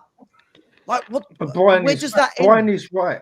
Brian is right on what you're saying. Let me back you up here a sec, Brian. He's 100% right on what he's saying. I'm contradicting myself now saying it, and I think we can all understand even, not just get what Brian is saying. He's right, 100%. But then we're also right as well in the manager's shit and we need a better one. But what's going to happen? Again, I'm one that says money talks, but what manager wants to come to Spurs? But if you put the money down, we'll get someone. Will we get another Conte? There's none out there. Tuchel is one I think we could have gone for and got him because he didn't have a job. Nagelsmann is one we could look at, but I think we'd have to look at a smaller manager as such that is adapting to football a lot more. And the one it's looking more and more like is one what my mate Dave said to me a while ago, the Ipswich manager. But we've seen it all before happen at Spurs time and time again. And it's just the same story over and over again. But I think a better manager could actually take us further because I don't think the players are as bad as what we're doing. I agree. But I totally understand what Brian's saying. The other thing I'd say to that as well, Savva, to your point as well, is the bit that gets me as well is doing this halfway. If you were talking to me now in April and everything was status quo as it is now, then it's a completely different conversation. That is a completely different conversation for me. Halfway through the season, manager not going to get. Listen, he's not going to get backed. He's not going to get backed. And as I said, maybe this is my stubbornness that I don't budge on my Levy stance in any way, size, shape, and form, and I stick to my guns. I'm a man of my word with everything I said about Levy. When I've said to myself, I will never turn my back on a manager, I'm going to stick to it. Sure, I'm going to stick to it. I get that, but do you acknowledge he's doing a bad job? At the moment, currently, he is. Put it this way: I expected a lot better from this season than what we're currently seeing. What about the last 12 months? Again, mate. Yeah. Listen, Right. Injuries came in. We don't have the quality. Listen, other teams when they get injuries, they have the backups they have, subs, whatever, is better than what we have. But sorry, no. Yes. No. Yes. In that 12 months, are we saying that those teams in and around us, like West Ham, Fulham, Bournemouth, have got better players than we have? They all had injuries. What about the people around us? But they're the teams around us for the last 12 months, Brian. This is the problem. Yeah. They're the teams around us. And, if we're going to turn around and say injuries, Ange's worst period of form has been when he's got all his players. Spurs had all their players fit from the end of January last year, and that is what coincided with our worst form of the season. And this season. The perfect thing, Savva, this is the thing. That I agree with, but then you look at it, and like I said, my new thing that I've been saying about the players, when the going gets tough, the week get running. You look at that Crystal Palace game and that Ipswich game. They came there, wanted to fight. They wanted to commit. They were dead. When everything's going good and we're beating Aston Villa 4s and Everton's 4, everyone, give me the ball. Oh, I want to play. I'm going to run. I'm going to bust the gut. They'll do everything. But the second that there's a fight in the game, the second they need people, they run. They run and hide, and then we come back better. They haven't got a manager to look at either, Brian. Most players would look at a manager, and the manager stands there like that. The manager's standing there with his arms. He doesn't want the fight. He has not set them up for the fight. He has set us up to be, again, when we're winning, like when we're having second halves like we did against Villa, or patches, as my mate Lubo likes to call it. When we had that really good patch against Aston Villa, we did the same against West Ham. When we're doing that, you're right. Everyone wants the ball and the fans go, oh my God, the football's brilliant. When it's not that, the manager's not up for the fight. This is a manager, right? This is a manager. He turned around and said before the Brighton game, and this is not on Daniel Levy. He said before the Brighton game, he said, what's your plan to keep it tight? We don't want to control this game. We want it to be wide open. If I'm a player hearing that, what are you talking about, mate? Roy Keane said it that very night on Sky Sports. Roy Keane turned around and went, what am I listening to? He went, what am I listening to? He went, I was lucky enough, he said, to play for one of the greatest managers that ever lived. You are never hearing that manager come out with these things, right? Then after the game, Brian, we're talking about the fight. I know, Brian, I don't disagree with you, by the way. Yep. I don't disagree with you. The players don't have the fight. But after the game, when they're asked, Ange, you were 2-0 up, you lost 3-2 to Brighton. Why didn't you make the substitutions before the last 5 minutes of the game or whatever? His substitutions would have given us something we didn't deserve. What? I openly criticize that, bro. It's the most stupidest thing. He shouldn't be able to speak after a game. He should go into a quiet space, a dark room for like 20, 30 minutes, compose himself, and then come out and talk. Wait, listen, mate. It's all of them. It's the players. 100%. 100%. So in the transfer windows, then instead of saying things like he comes out and says things like, "I don't want to buy more defenders because I don't want to block the path." I don't see the others saying that. But look, guys, I am going to have to end the show because it has been a very, very long time and I've been streaming a lot today. I just want to say that big up Anna Dawes coming in with a 96th minute header at the far post to salvage a point, unlike Big Ange. Big up Anna. Has said, when performances and results are inconsistent, player issues with the managers are becoming public knowledge. It can only go one way. Time to cut our losses. Anna, thank you very much for the super chat. I completely agree with you. When you start hearing rumors, when you start getting this noise, watch our performances now. The moment we concede, our heads are going to drop. I'm not saying we can't come back in any of those games, but I don't think they're fighting for him. He's lost Maddison, who's one of the leaders. Romero looks completely disinterested, who's one of the leaders. And Son looks completely disinterested, one of the leaders. So I agree with you, Anna. I think it's terrible, but thank you so much for your super chat. Just so you know, the news coming out doing the rounds this evening, which isn't actually Spurs, it's them lot down the road, is that Arsenal are in talks or want to get into talks with Luis Campos to be their director of football to replace Edu. And of course, Luis Campos did a phenomenal job at Monaco. He's brought through a lot of the younger talent at PSG. Just putting it out there, we've got Johan Lang. So again, it's levels, isn't it? It's levels. They get rid of someone, they're going to go and talk to a top-rated director of football. We went and got Johan Lang from Villa, who have been better since Johan Lang left. Guys, I want to say thank you. A big up, Dan. Loved our debate, Bastoni and all that. It's what it's all about. It's not an echo chamber on here, is it? As much as people say. Not an echo chamber. We disagree on stuff. Thank you for coming on, Dan. Listen, everybody, please get over. And if any of my mods really quickly could do this, put in the link for Danny at Hotspur Hood. That would be absolutely amazing. Mr. Box Office, I can see your will to support Spurs and the will to live is slowly draining from you. Thank you for coming on, though, mate. I appreciate it. Thank you. Yeah. Thank you. Yeah. And, he's like, oh, Spurs. Do you know what? We've recorded this show. I'm going to air this show on the 17th of November, 2029. And everything we're saying now, just change the names of the manager and players, and it will be exactly the same. All right. Just change the name of everybody. Hopefully I'll be married by then. Yeah, Alex is going to be married by then. Absolutely. And we're all coming to the wedding with Spurs. Are you telling us something? I'm joking. I'm joking. Listen, please get over to Mr. Box Office and subscribe to him as well. Much love. Brian Daigle, who has popped on from Tottenham on tour. Big up, bro. Thanks for coming on. And if you turn around, does that say Postecoglou on your back? No, it doesn't. But I will say, Ash here, big up, mate, for saying what a pathetic comment. You do get some stupid comments in your chat. And that's Ash here, whatever.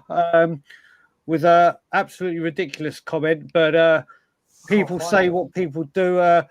It's the We Are Tottenham TV version of me on here, biased. Listen, people will know my issue is always Daniel goddamn Levy. Fools like this, just absolute nonsense, and just come here to flap their gums. What I will say is, thankfully, I'm off after this to go watch Toronto Argonauts do something that Spurs can't, win a trophy. The Toronto Argonauts. I mean, that is a name and a half. I want to be the Tottenham Hotspur Argonauts. The Toronto Argonauts. Is Scott Emmis still in the building? The Grey Cup, which is like the NFL, but for Canada. We're back in the final, and I'm going to win a trophy as an Argonaut fan before I am a Spurs fan. Well, as an Arsenal fan, I don't know when my next trophy's coming, but hopefully it's round the corner. And last but not least, Ian, thank you very much. Someone put a comment in about you earlier and said, Ian looks like he could put in a mean, cracking tackle back in the day. And that's what we've got you here for, mate. You're our sweeper at the back, mopping everything up. Cheers, if I'd have been playing today, I'd have been sent off 10 times a season. Makes two of us, mate. Absolutely. Guys, girls, thank you very much. Thank you very much for all of the super chats. Big up to Anna. Big up to Jerome, who put the super chats in as well. Big up. Look who's in here. Here he is. Kuvo. No one knows what train he's on this week. No one knows the destination, but we know he's having fun. Choo choo. Big up, everyone. Take care. Sorry that we didn't get round to debating Archie Gray this week. Who knows? We might next week after Man City. Next time we have this show, we will have played Man City. So this is going to be fun. This is going to be interesting. Take care, everyone. And as always, I'll let Daigle do it. Thank you. It's been a while. And as always, Levy out. Take care, everyone.